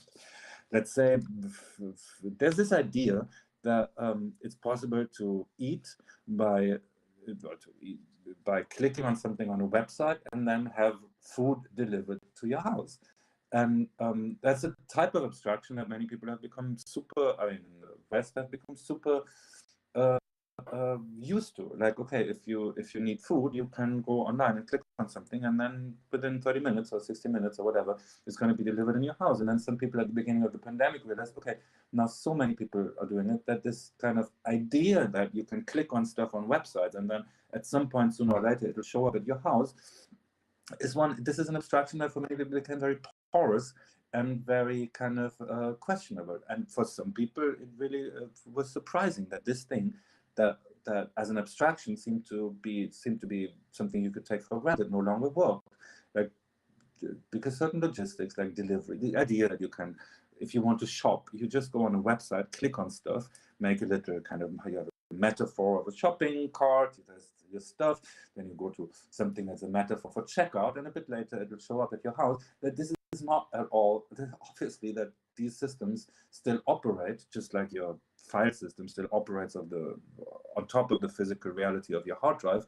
That all these kind of online, be it food, be it goods, be it online shopping, etc., that all these systems obviously are not kind of in the cloud, but operate on top of physical reality of a kind of logistics and delivery system, in which like a lot of technology and human labor and urban space are intertwined in relatively complicated ways, and they tend to break very easily. Now, again, I'm not arguing that for anyone it should be news that underneath Amazon or food delivery services, etc., there's a physical reality of delivery. This should have been obvious, but I think these abstractions tend to become much more visible in the moment they start leaking. And by leaking just means that aspects of drops of fragments of the material reality beneath the metaphor start to come into view, start to foreground themselves. And I think that's something that is relatively important to keep in mind when building towers of abstraction. But also, I mean, in building these video archives, obviously, there are these abstractions that we are confronted with that leak all the time, from an assumption of a fast internet access to kind of an idea that if you have something on the internet, it's available worldwide at the similar speed, that this is kind of not a physically located object in the world, and maybe somewhere else it's harder to access, or that there are these physical connections that make it possible. I remember we had another incident around the Suez Canal some years ago, when the connection between India and Europe was severely reduced because a ship pulled out one of the internet cables with an anchor and ripped it apart, and it took then 2 weeks to be fixed. And so in that period, Pad.ma didn't work as expected, but this kind of the physical reality of the internet also always comes up when you operate these platforms. So it's kind of something one has to deal with as a leak. At the same time, I think it's interesting that Pad.ma and the work that people involved with Pad.ma do is also a lot about leaks in terms of as another metaphor for kind of also these things that videos can reveal information or document things that are not supposed to be accessible. This kind of from wiretaps to sting operations, where the leak is also used as a way to open up existing power structures and make them porous.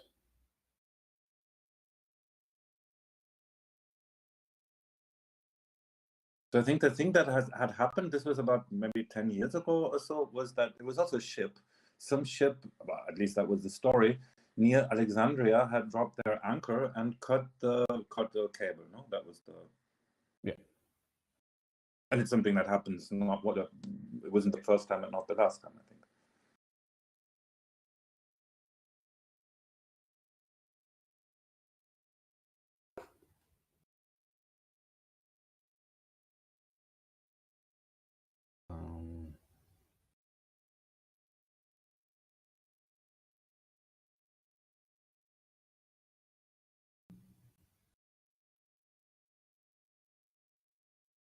Should we continue with other points, maybe, or?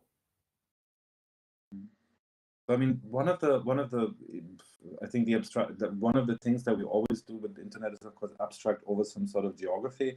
And the thing that was, I mean, with the Suez Canal in terms of shipping, it's relatively obvious, and it's also something that's kind of probably well known that this route is totally important for Europe to Asia kind of transport of goods. But the moment when you are in India and the internet doesn't work as expected, you realize that the kind of this kind of abstraction of internet, you have bandwidth in any place, is one through which geography can leak by means of, you just realize, okay, a much bigger percentage of internet compared to the percentage of global goods that go to the Suez Canal actually go pretty much to the same location. So the main kind of connection between Asia and Europe when it comes to internet actually goes through Alexandria, Egypt, the Red Sea, etc. And that's where the main cables are. And when these things don't function, this kind of the geographic layer beneath internet becomes super visible. Now, of course, you can say, let's abstract over the territory again and do a lot of geostationary satellites and kind of get away from the territory and try to kind of, build another layer of abstraction on top of that. And you can already imagine the ways that a big network of geostationary satellites can or will start to leak at some point.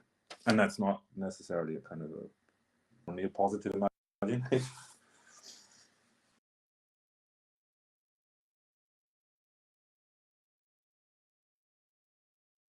Shall we move on to the questions of users? I think that was one thing that was on our list. Yeah.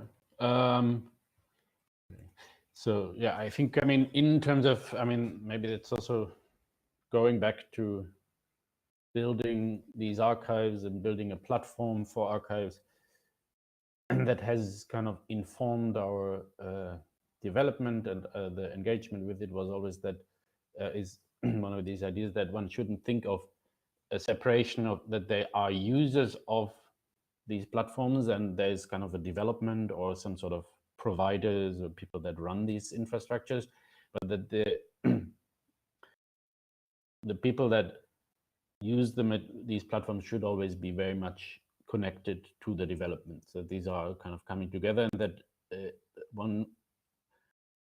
that it's best to heavily be the most active user or be kind of very involved with the use of these platforms, and that it's not something that one is an abstraction where you kind of you provide something that you don't want to use yourself, but it is something that you are using yourself. So that you don't think of these other people that will use it. You don't think of this kind of idea of a user also being someone who's kind of like a drug user. It's something that is kind of delineating the line between someone who's in control and someone else who's kind of just operating something and gets kind of in a wheel or something. So there's also a question of empowering that one wants to build these platforms not for some people and then maybe have the advertisement economy around it to keep them, to make pretend they do one thing, but actually you want to feed them with something else, but that you have a clear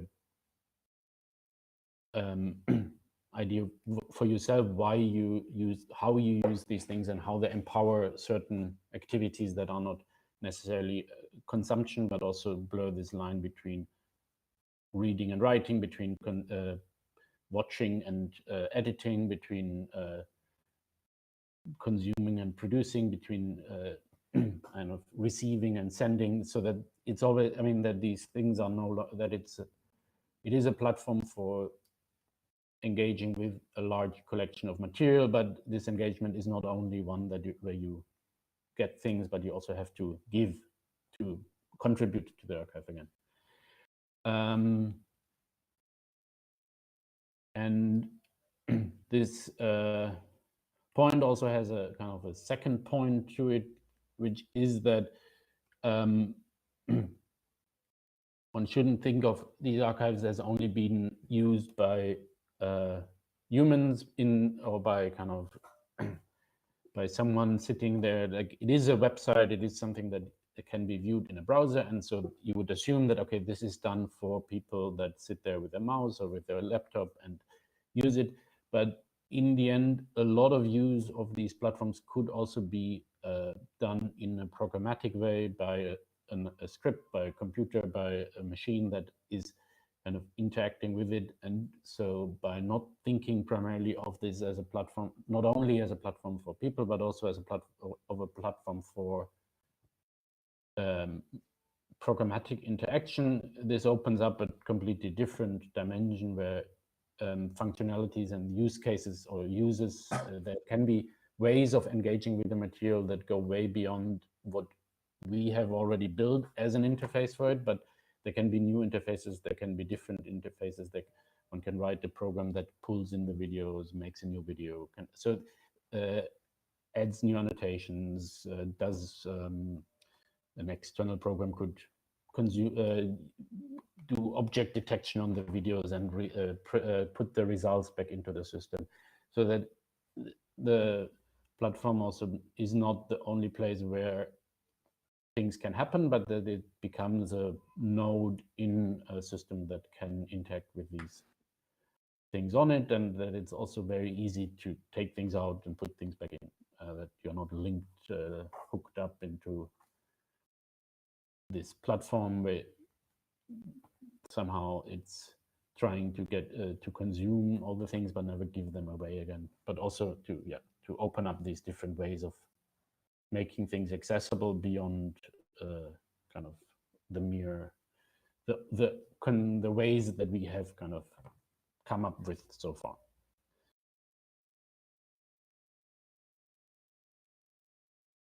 I mean, in the context of making technology and making software, this kind of imperative, think about the users, there's always something very horrible in a way, because how could you think about users?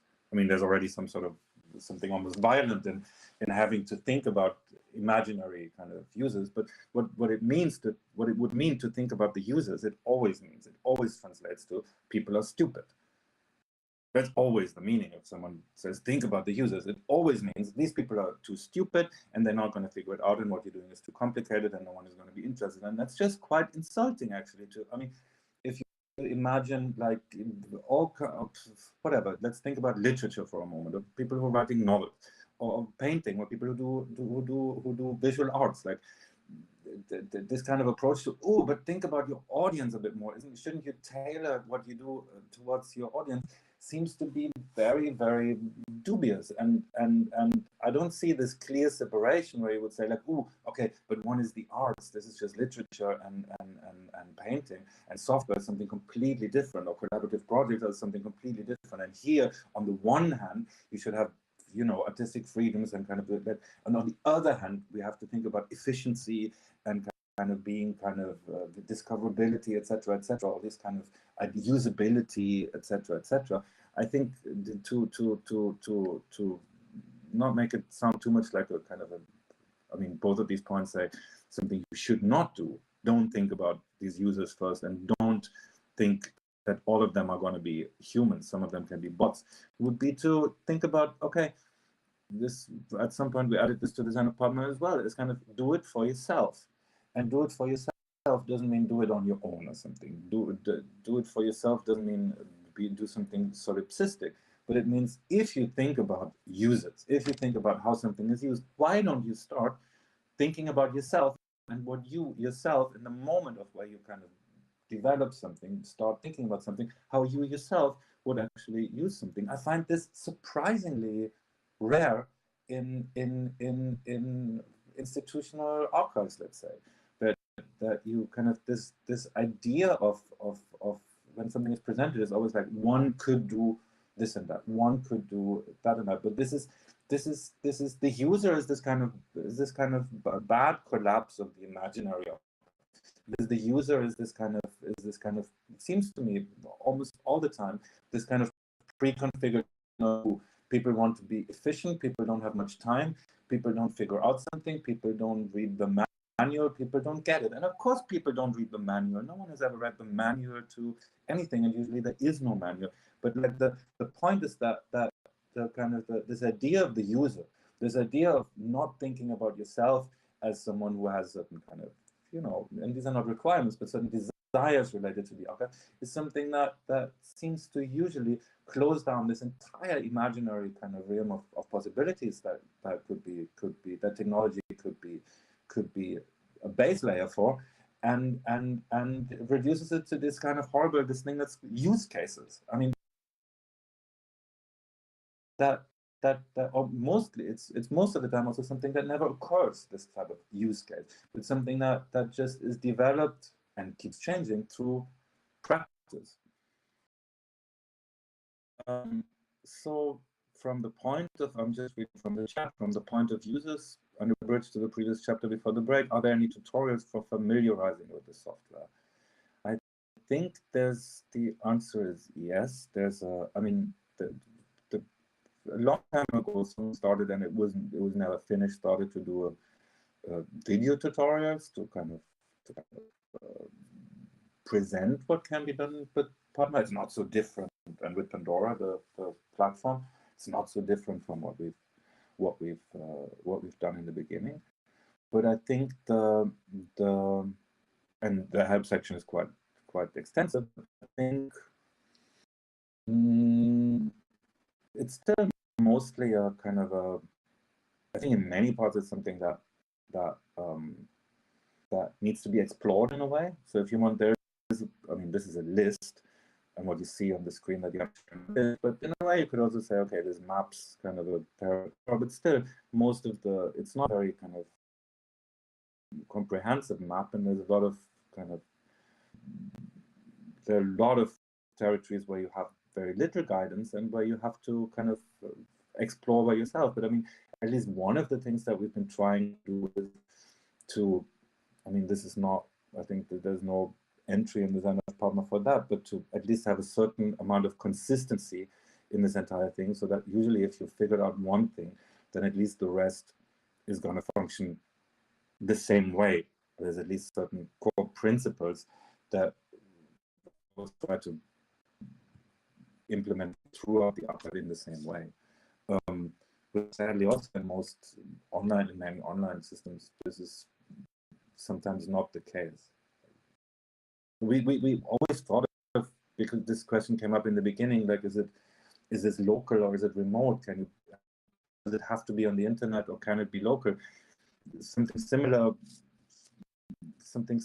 like we're in a similar position in terms of, is it software or is it a website? Yes, it's a website kind of, it can be online, but most of the design principles are kind of more like software design principles than web design principles. So you discover certain things while working with it.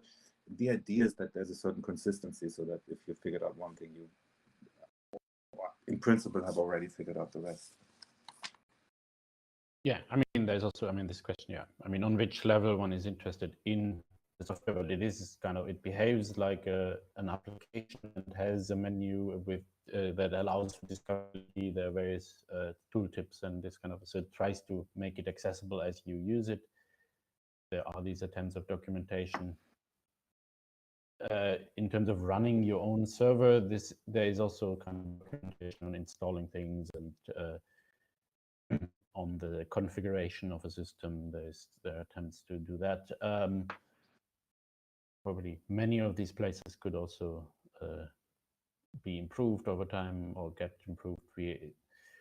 But it's generally, I think it's possible to dive in and kind of to start from looking at the system and kind of see and adding things. I mean, it's very also this kind of extending it. I mean, there is this. We have these hooks for you could extend your own. While you're on the side as a user, you could have additional functionalities added that only are available to you. Things like that. So, I don't know. I have this scroll button on top, for example, on this platform where it automatically scrolls. Which we mostly used for some presentation in a context where the user interface kind of used as an interface, but maybe it's running on a screen that is just more. It becomes more presentation mode of the software, but it's also possible to kind of extend it that way.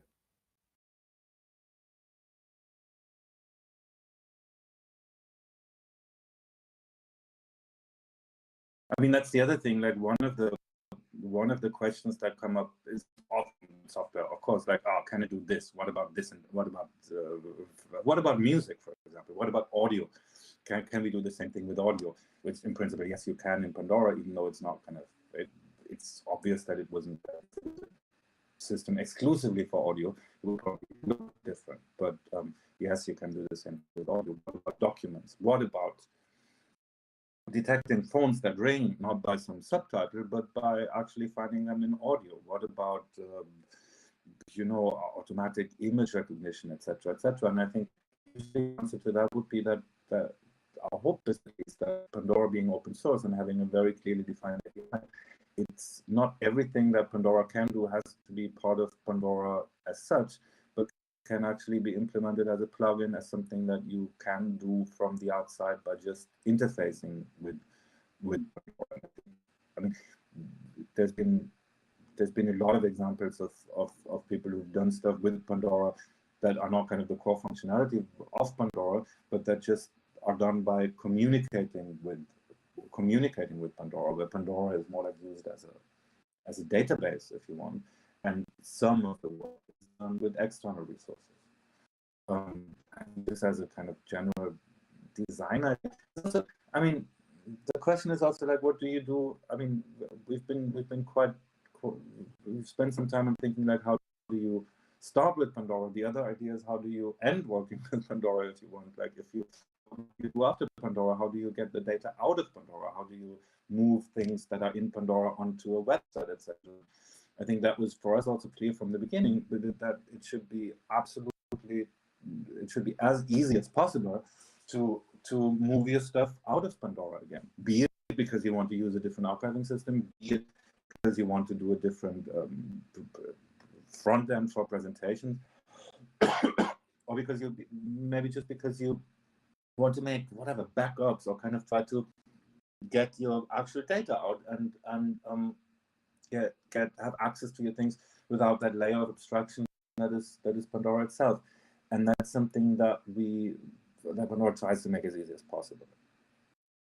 To not kind of, I mean, but sadly that's the kind of the function of most of many kind of software products, is that they enclose your content, because that's kind of the business idea, that you build a silo around a certain type of content that then locks people into that system. And that's, of course, extremely unfortunate, because lots of resources get lost that way, like film archives that are no longer accessible because formats are no longer supported, or the kind of the workings of things are not documented, etc., etc. And that's not just, I mean, generally that's very much a kind of a disadvantage of closed source versus open source. But just making something open source doesn't get you very far if you don't have an API, if you always just think about your users as humans and not just as bots or as someone who wants to automatically export from an archive. So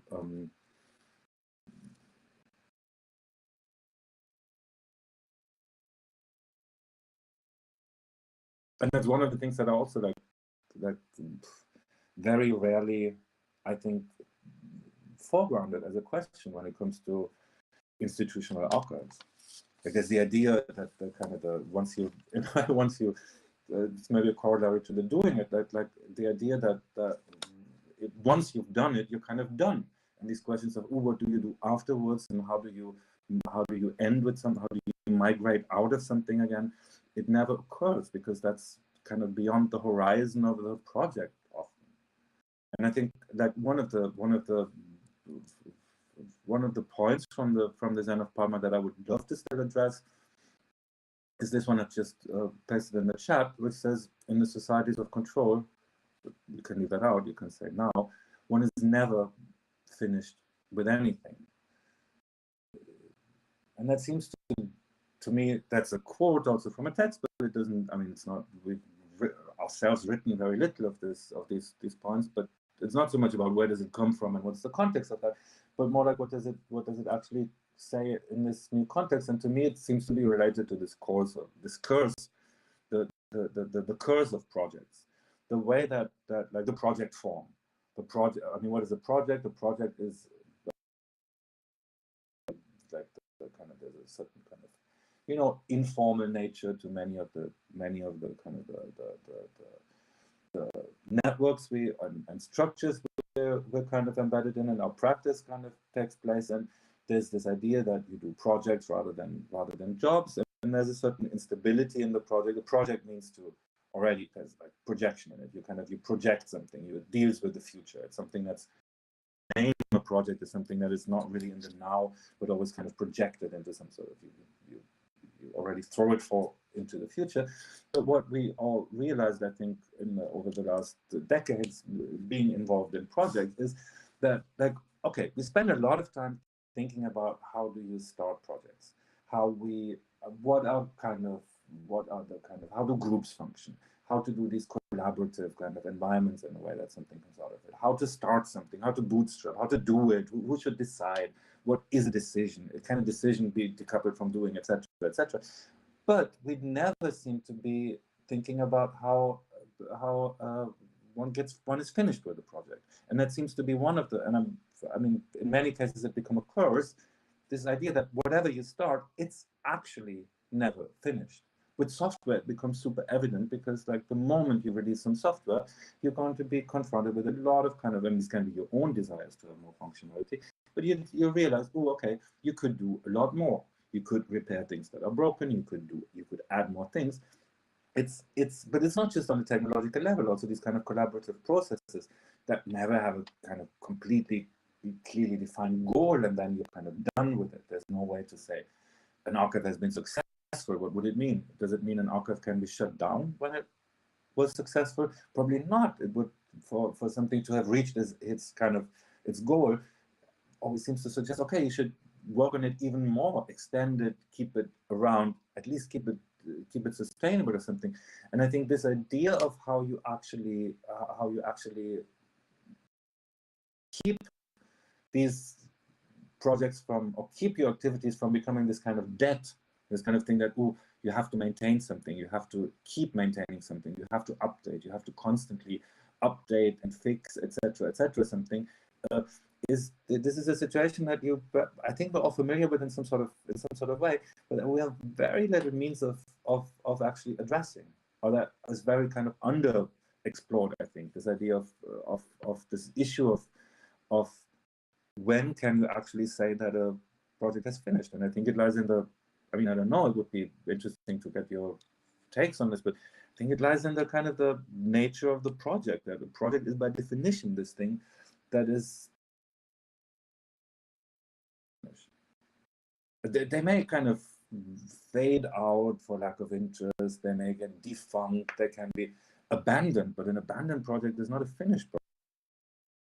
It's just some sort of debt that's even worse, because you have to do more work to get something running again. So that's a question, like, how do these, what remains of this?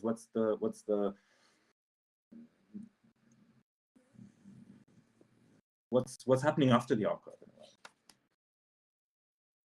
And I think that the very last, and it's something, if you did, it's as many of these questions an open question, like I think the most glaringly open one that even in the Zen of Pad.ma says unresolved is how to do filiation.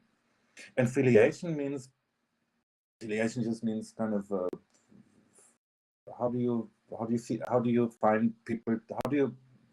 It's a generational thing. How do you find a new generation of people to take something over? How do you withdraw? Is there a way, if none of these projects are ever finished, really, if you can ever say, okay, something is done, can you at least find a mode where you can draw yourself out of the project? Can you make yourself unneeded? Can you transfer? And that's not so much about authorship, but more about these kind of, we came up in the beginning, these kind of questions of labor and care. Can you create collaborative projects in which it becomes attractive for someone from the outside or the margins in the project to actually assume responsibility about something? And can you pass on this kind of function, which is not so much the function of author, but maybe the function of a caretaker, the function of a person who's identifiably involved in something, etc. How do you do affiliation? And to me, it seems like of all these kind of issues that you encounter in collaborative projects, it seems to be one of the hardest, especially in relation to the point before, that nothing ever ends, really. So A, nothing comes to an end, but B, it also seems to be very, very hard, or to me at least, kind of, I mean, one would have to think about what are the conditions under which filiation, passing the torch, kind of passing something over, having a generational change in a circle becomes, or kind of how this can theoretically be possible, and what are the conditions that make it more likely to happen? It seems to be very hard, is at least my impression.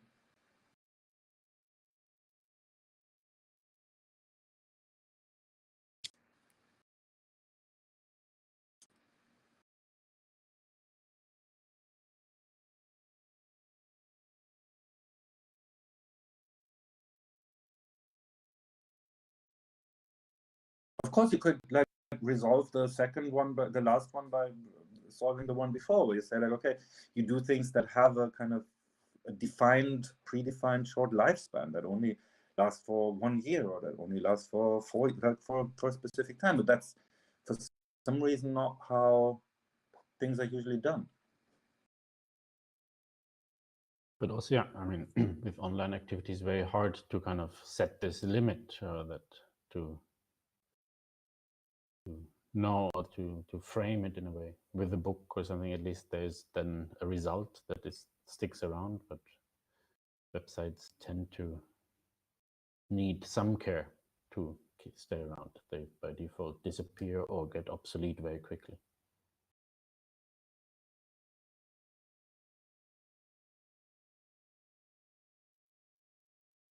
I mean, that would at least be the kind of the happy ending of every kind of collaborative project in the end. If you manage to make yourself unneeded, if you manage to,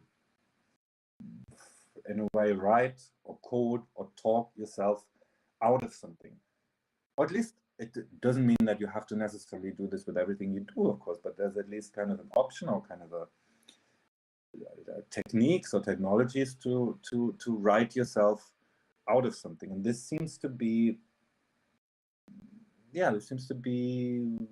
under theorized.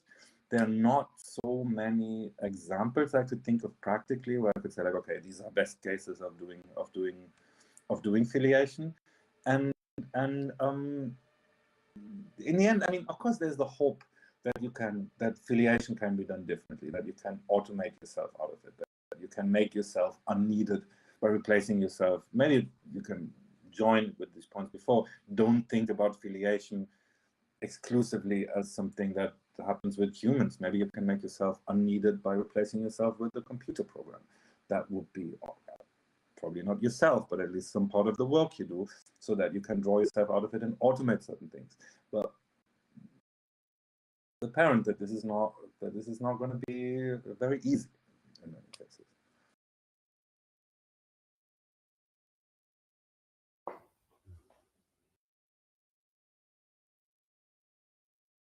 Yeah, should we, are there any more questions or remarks? So maybe we can open it up a bit. We have 10 more minutes. So.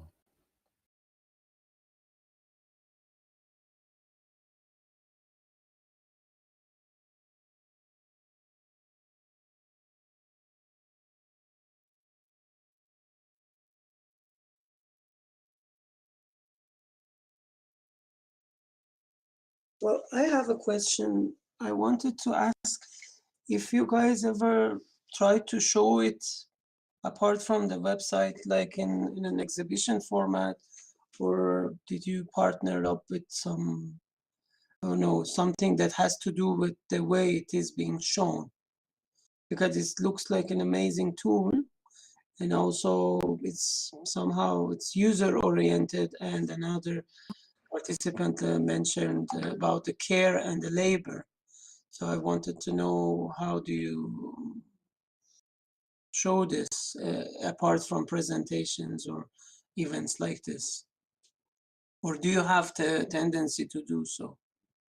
I think that the various projects have ended up in exhibition contexts. I mean, Pad.ma has been part of a series of exhibitions, or then part of the content has been sometimes just the video material that that someone uses it and then maybe prepares, edits, or material in there, and then it is shown.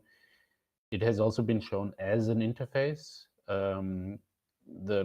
What I showed in terms of the scrolling functionality, there's a way to kind of navigate through the archive as some sort of demo or playback mode where it goes to the different things. We also tried, so we have tried various different, we once had a more like a TV experience where we had a program that would run for a given time and was shown in a gallery as well as a projection, but also would be accessible. You could also see that as online. In terms so there's, I mean, I think we once had some of the timelines were used in an exhibition as a visual element. There's some, so it is always, there are ways. I think in some ways Pandora is more, maybe it is more of a way of, as a tool that is then used within this context and not necessarily as something that is shown as a piece or something. But yeah.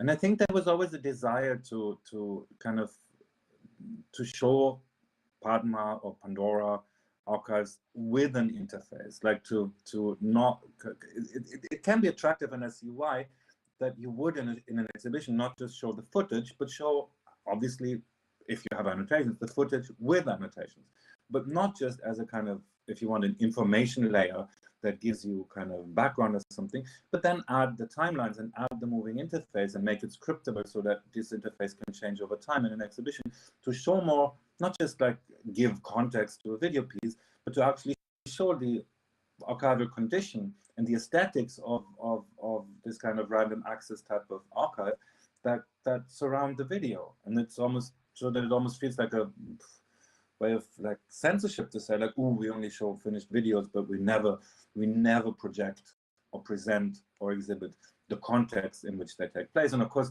like the timelines as such, they also function as they're a visual object if you're on a video archive. And that's what I find so sad about many institutional video archives, that they, you know, they act as if the realm of the visible, of the visual, was kind of limited to the actual video material, and what surrounds it is just stuff that, you know, supports it, provides background information, etc., etc. No, if you're in a browser, if you're in a system like this, you have I mean, obviously what you're watching is no longer just the film, even though you can always full screen and fall back to that mode. But no, what you're watching is actually kind of a different system that has visual components other than the film.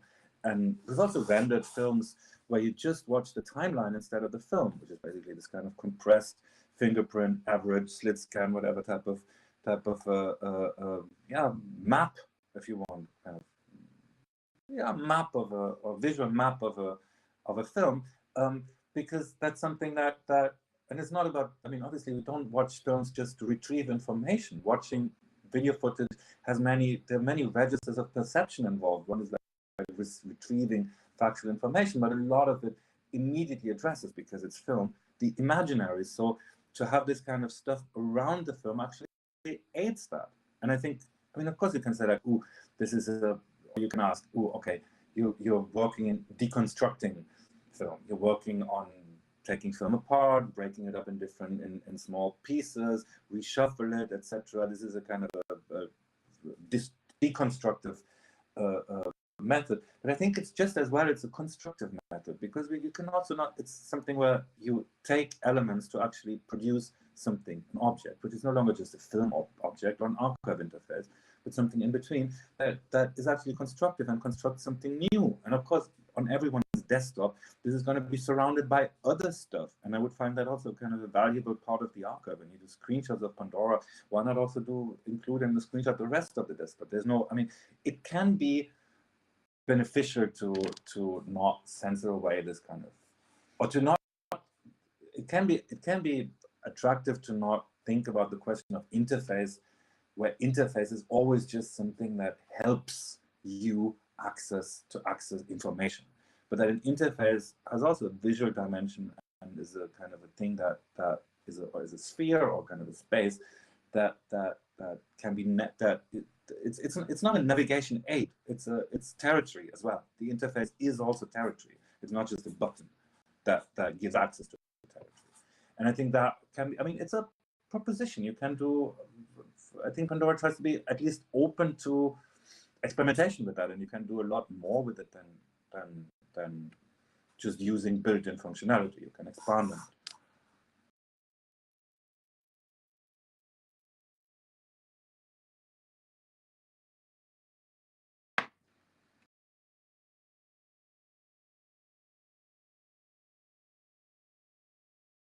And I think it's quite fundamentally about dimensions, about adding extra or accounting for extra dimensions of it. If you look at YouTube as the probably most popular or most widely used interface for video, its dimensionality is very low. You have the one-dimensional thing, which is being in the current video that you add. You have another dimension, which is, here are lots of things that we're gonna present to you that you want to watch next. There's always this kind of, okay, of course they want you to stay on this side, so this is another axis, is this one axis is in the video, one axis is, okay, here are suggestions for you, and then maybe a third dimension is, here's a list of comments that are usually not very relevant. So this is a 3D, this is 3 dimensions that are, it can be a bit annoying to spend so much time in a space that has these type of dimensions, and none of them, and if you would do an audio archive or a document archive, it would probably look the same. It doesn't even take into account the visuality of the fact that it's visual media. So that's a bit, after all these years that YouTube has been around, it's a bit surprising to me at least. And so Pandora is maybe an attempt to at least imagine the space in which video takes place online a bit differently.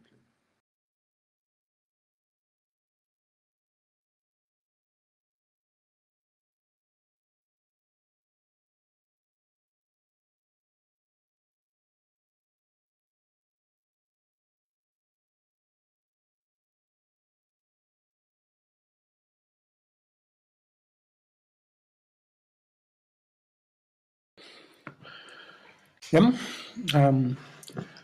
Thank you. Anytime you like, we can finish. If there is other comments or questions, we can take them. And also from you for closing.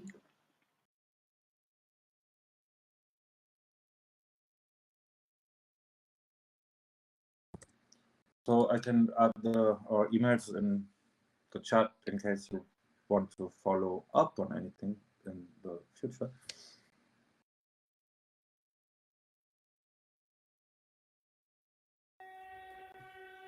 Yeah. Okay. So thanks to all of you for also to the bots like Broadcast 3. Thank you, Broadcast 3, for being for broadcasting us. Thank you all for joining and spending time with us, and thank you so much for inviting us to this thing. We're of course super curious how this would be, because the mode of it is like we didn't know where it was. Like, okay, where is this other than online? And because it seems to be distributed in space so much. thank you so much for inviting us, and let's hope that we all meet again in person at some point. Yeah, thank you so much for all your insights and for all your work about Pad.ma, and also these thinking practices all about all the questions that we are all sharing about these current today's realities. And it was very useful and enjoying. Thank you. Thank you. Thanks. Ciao. Ciao, everybody.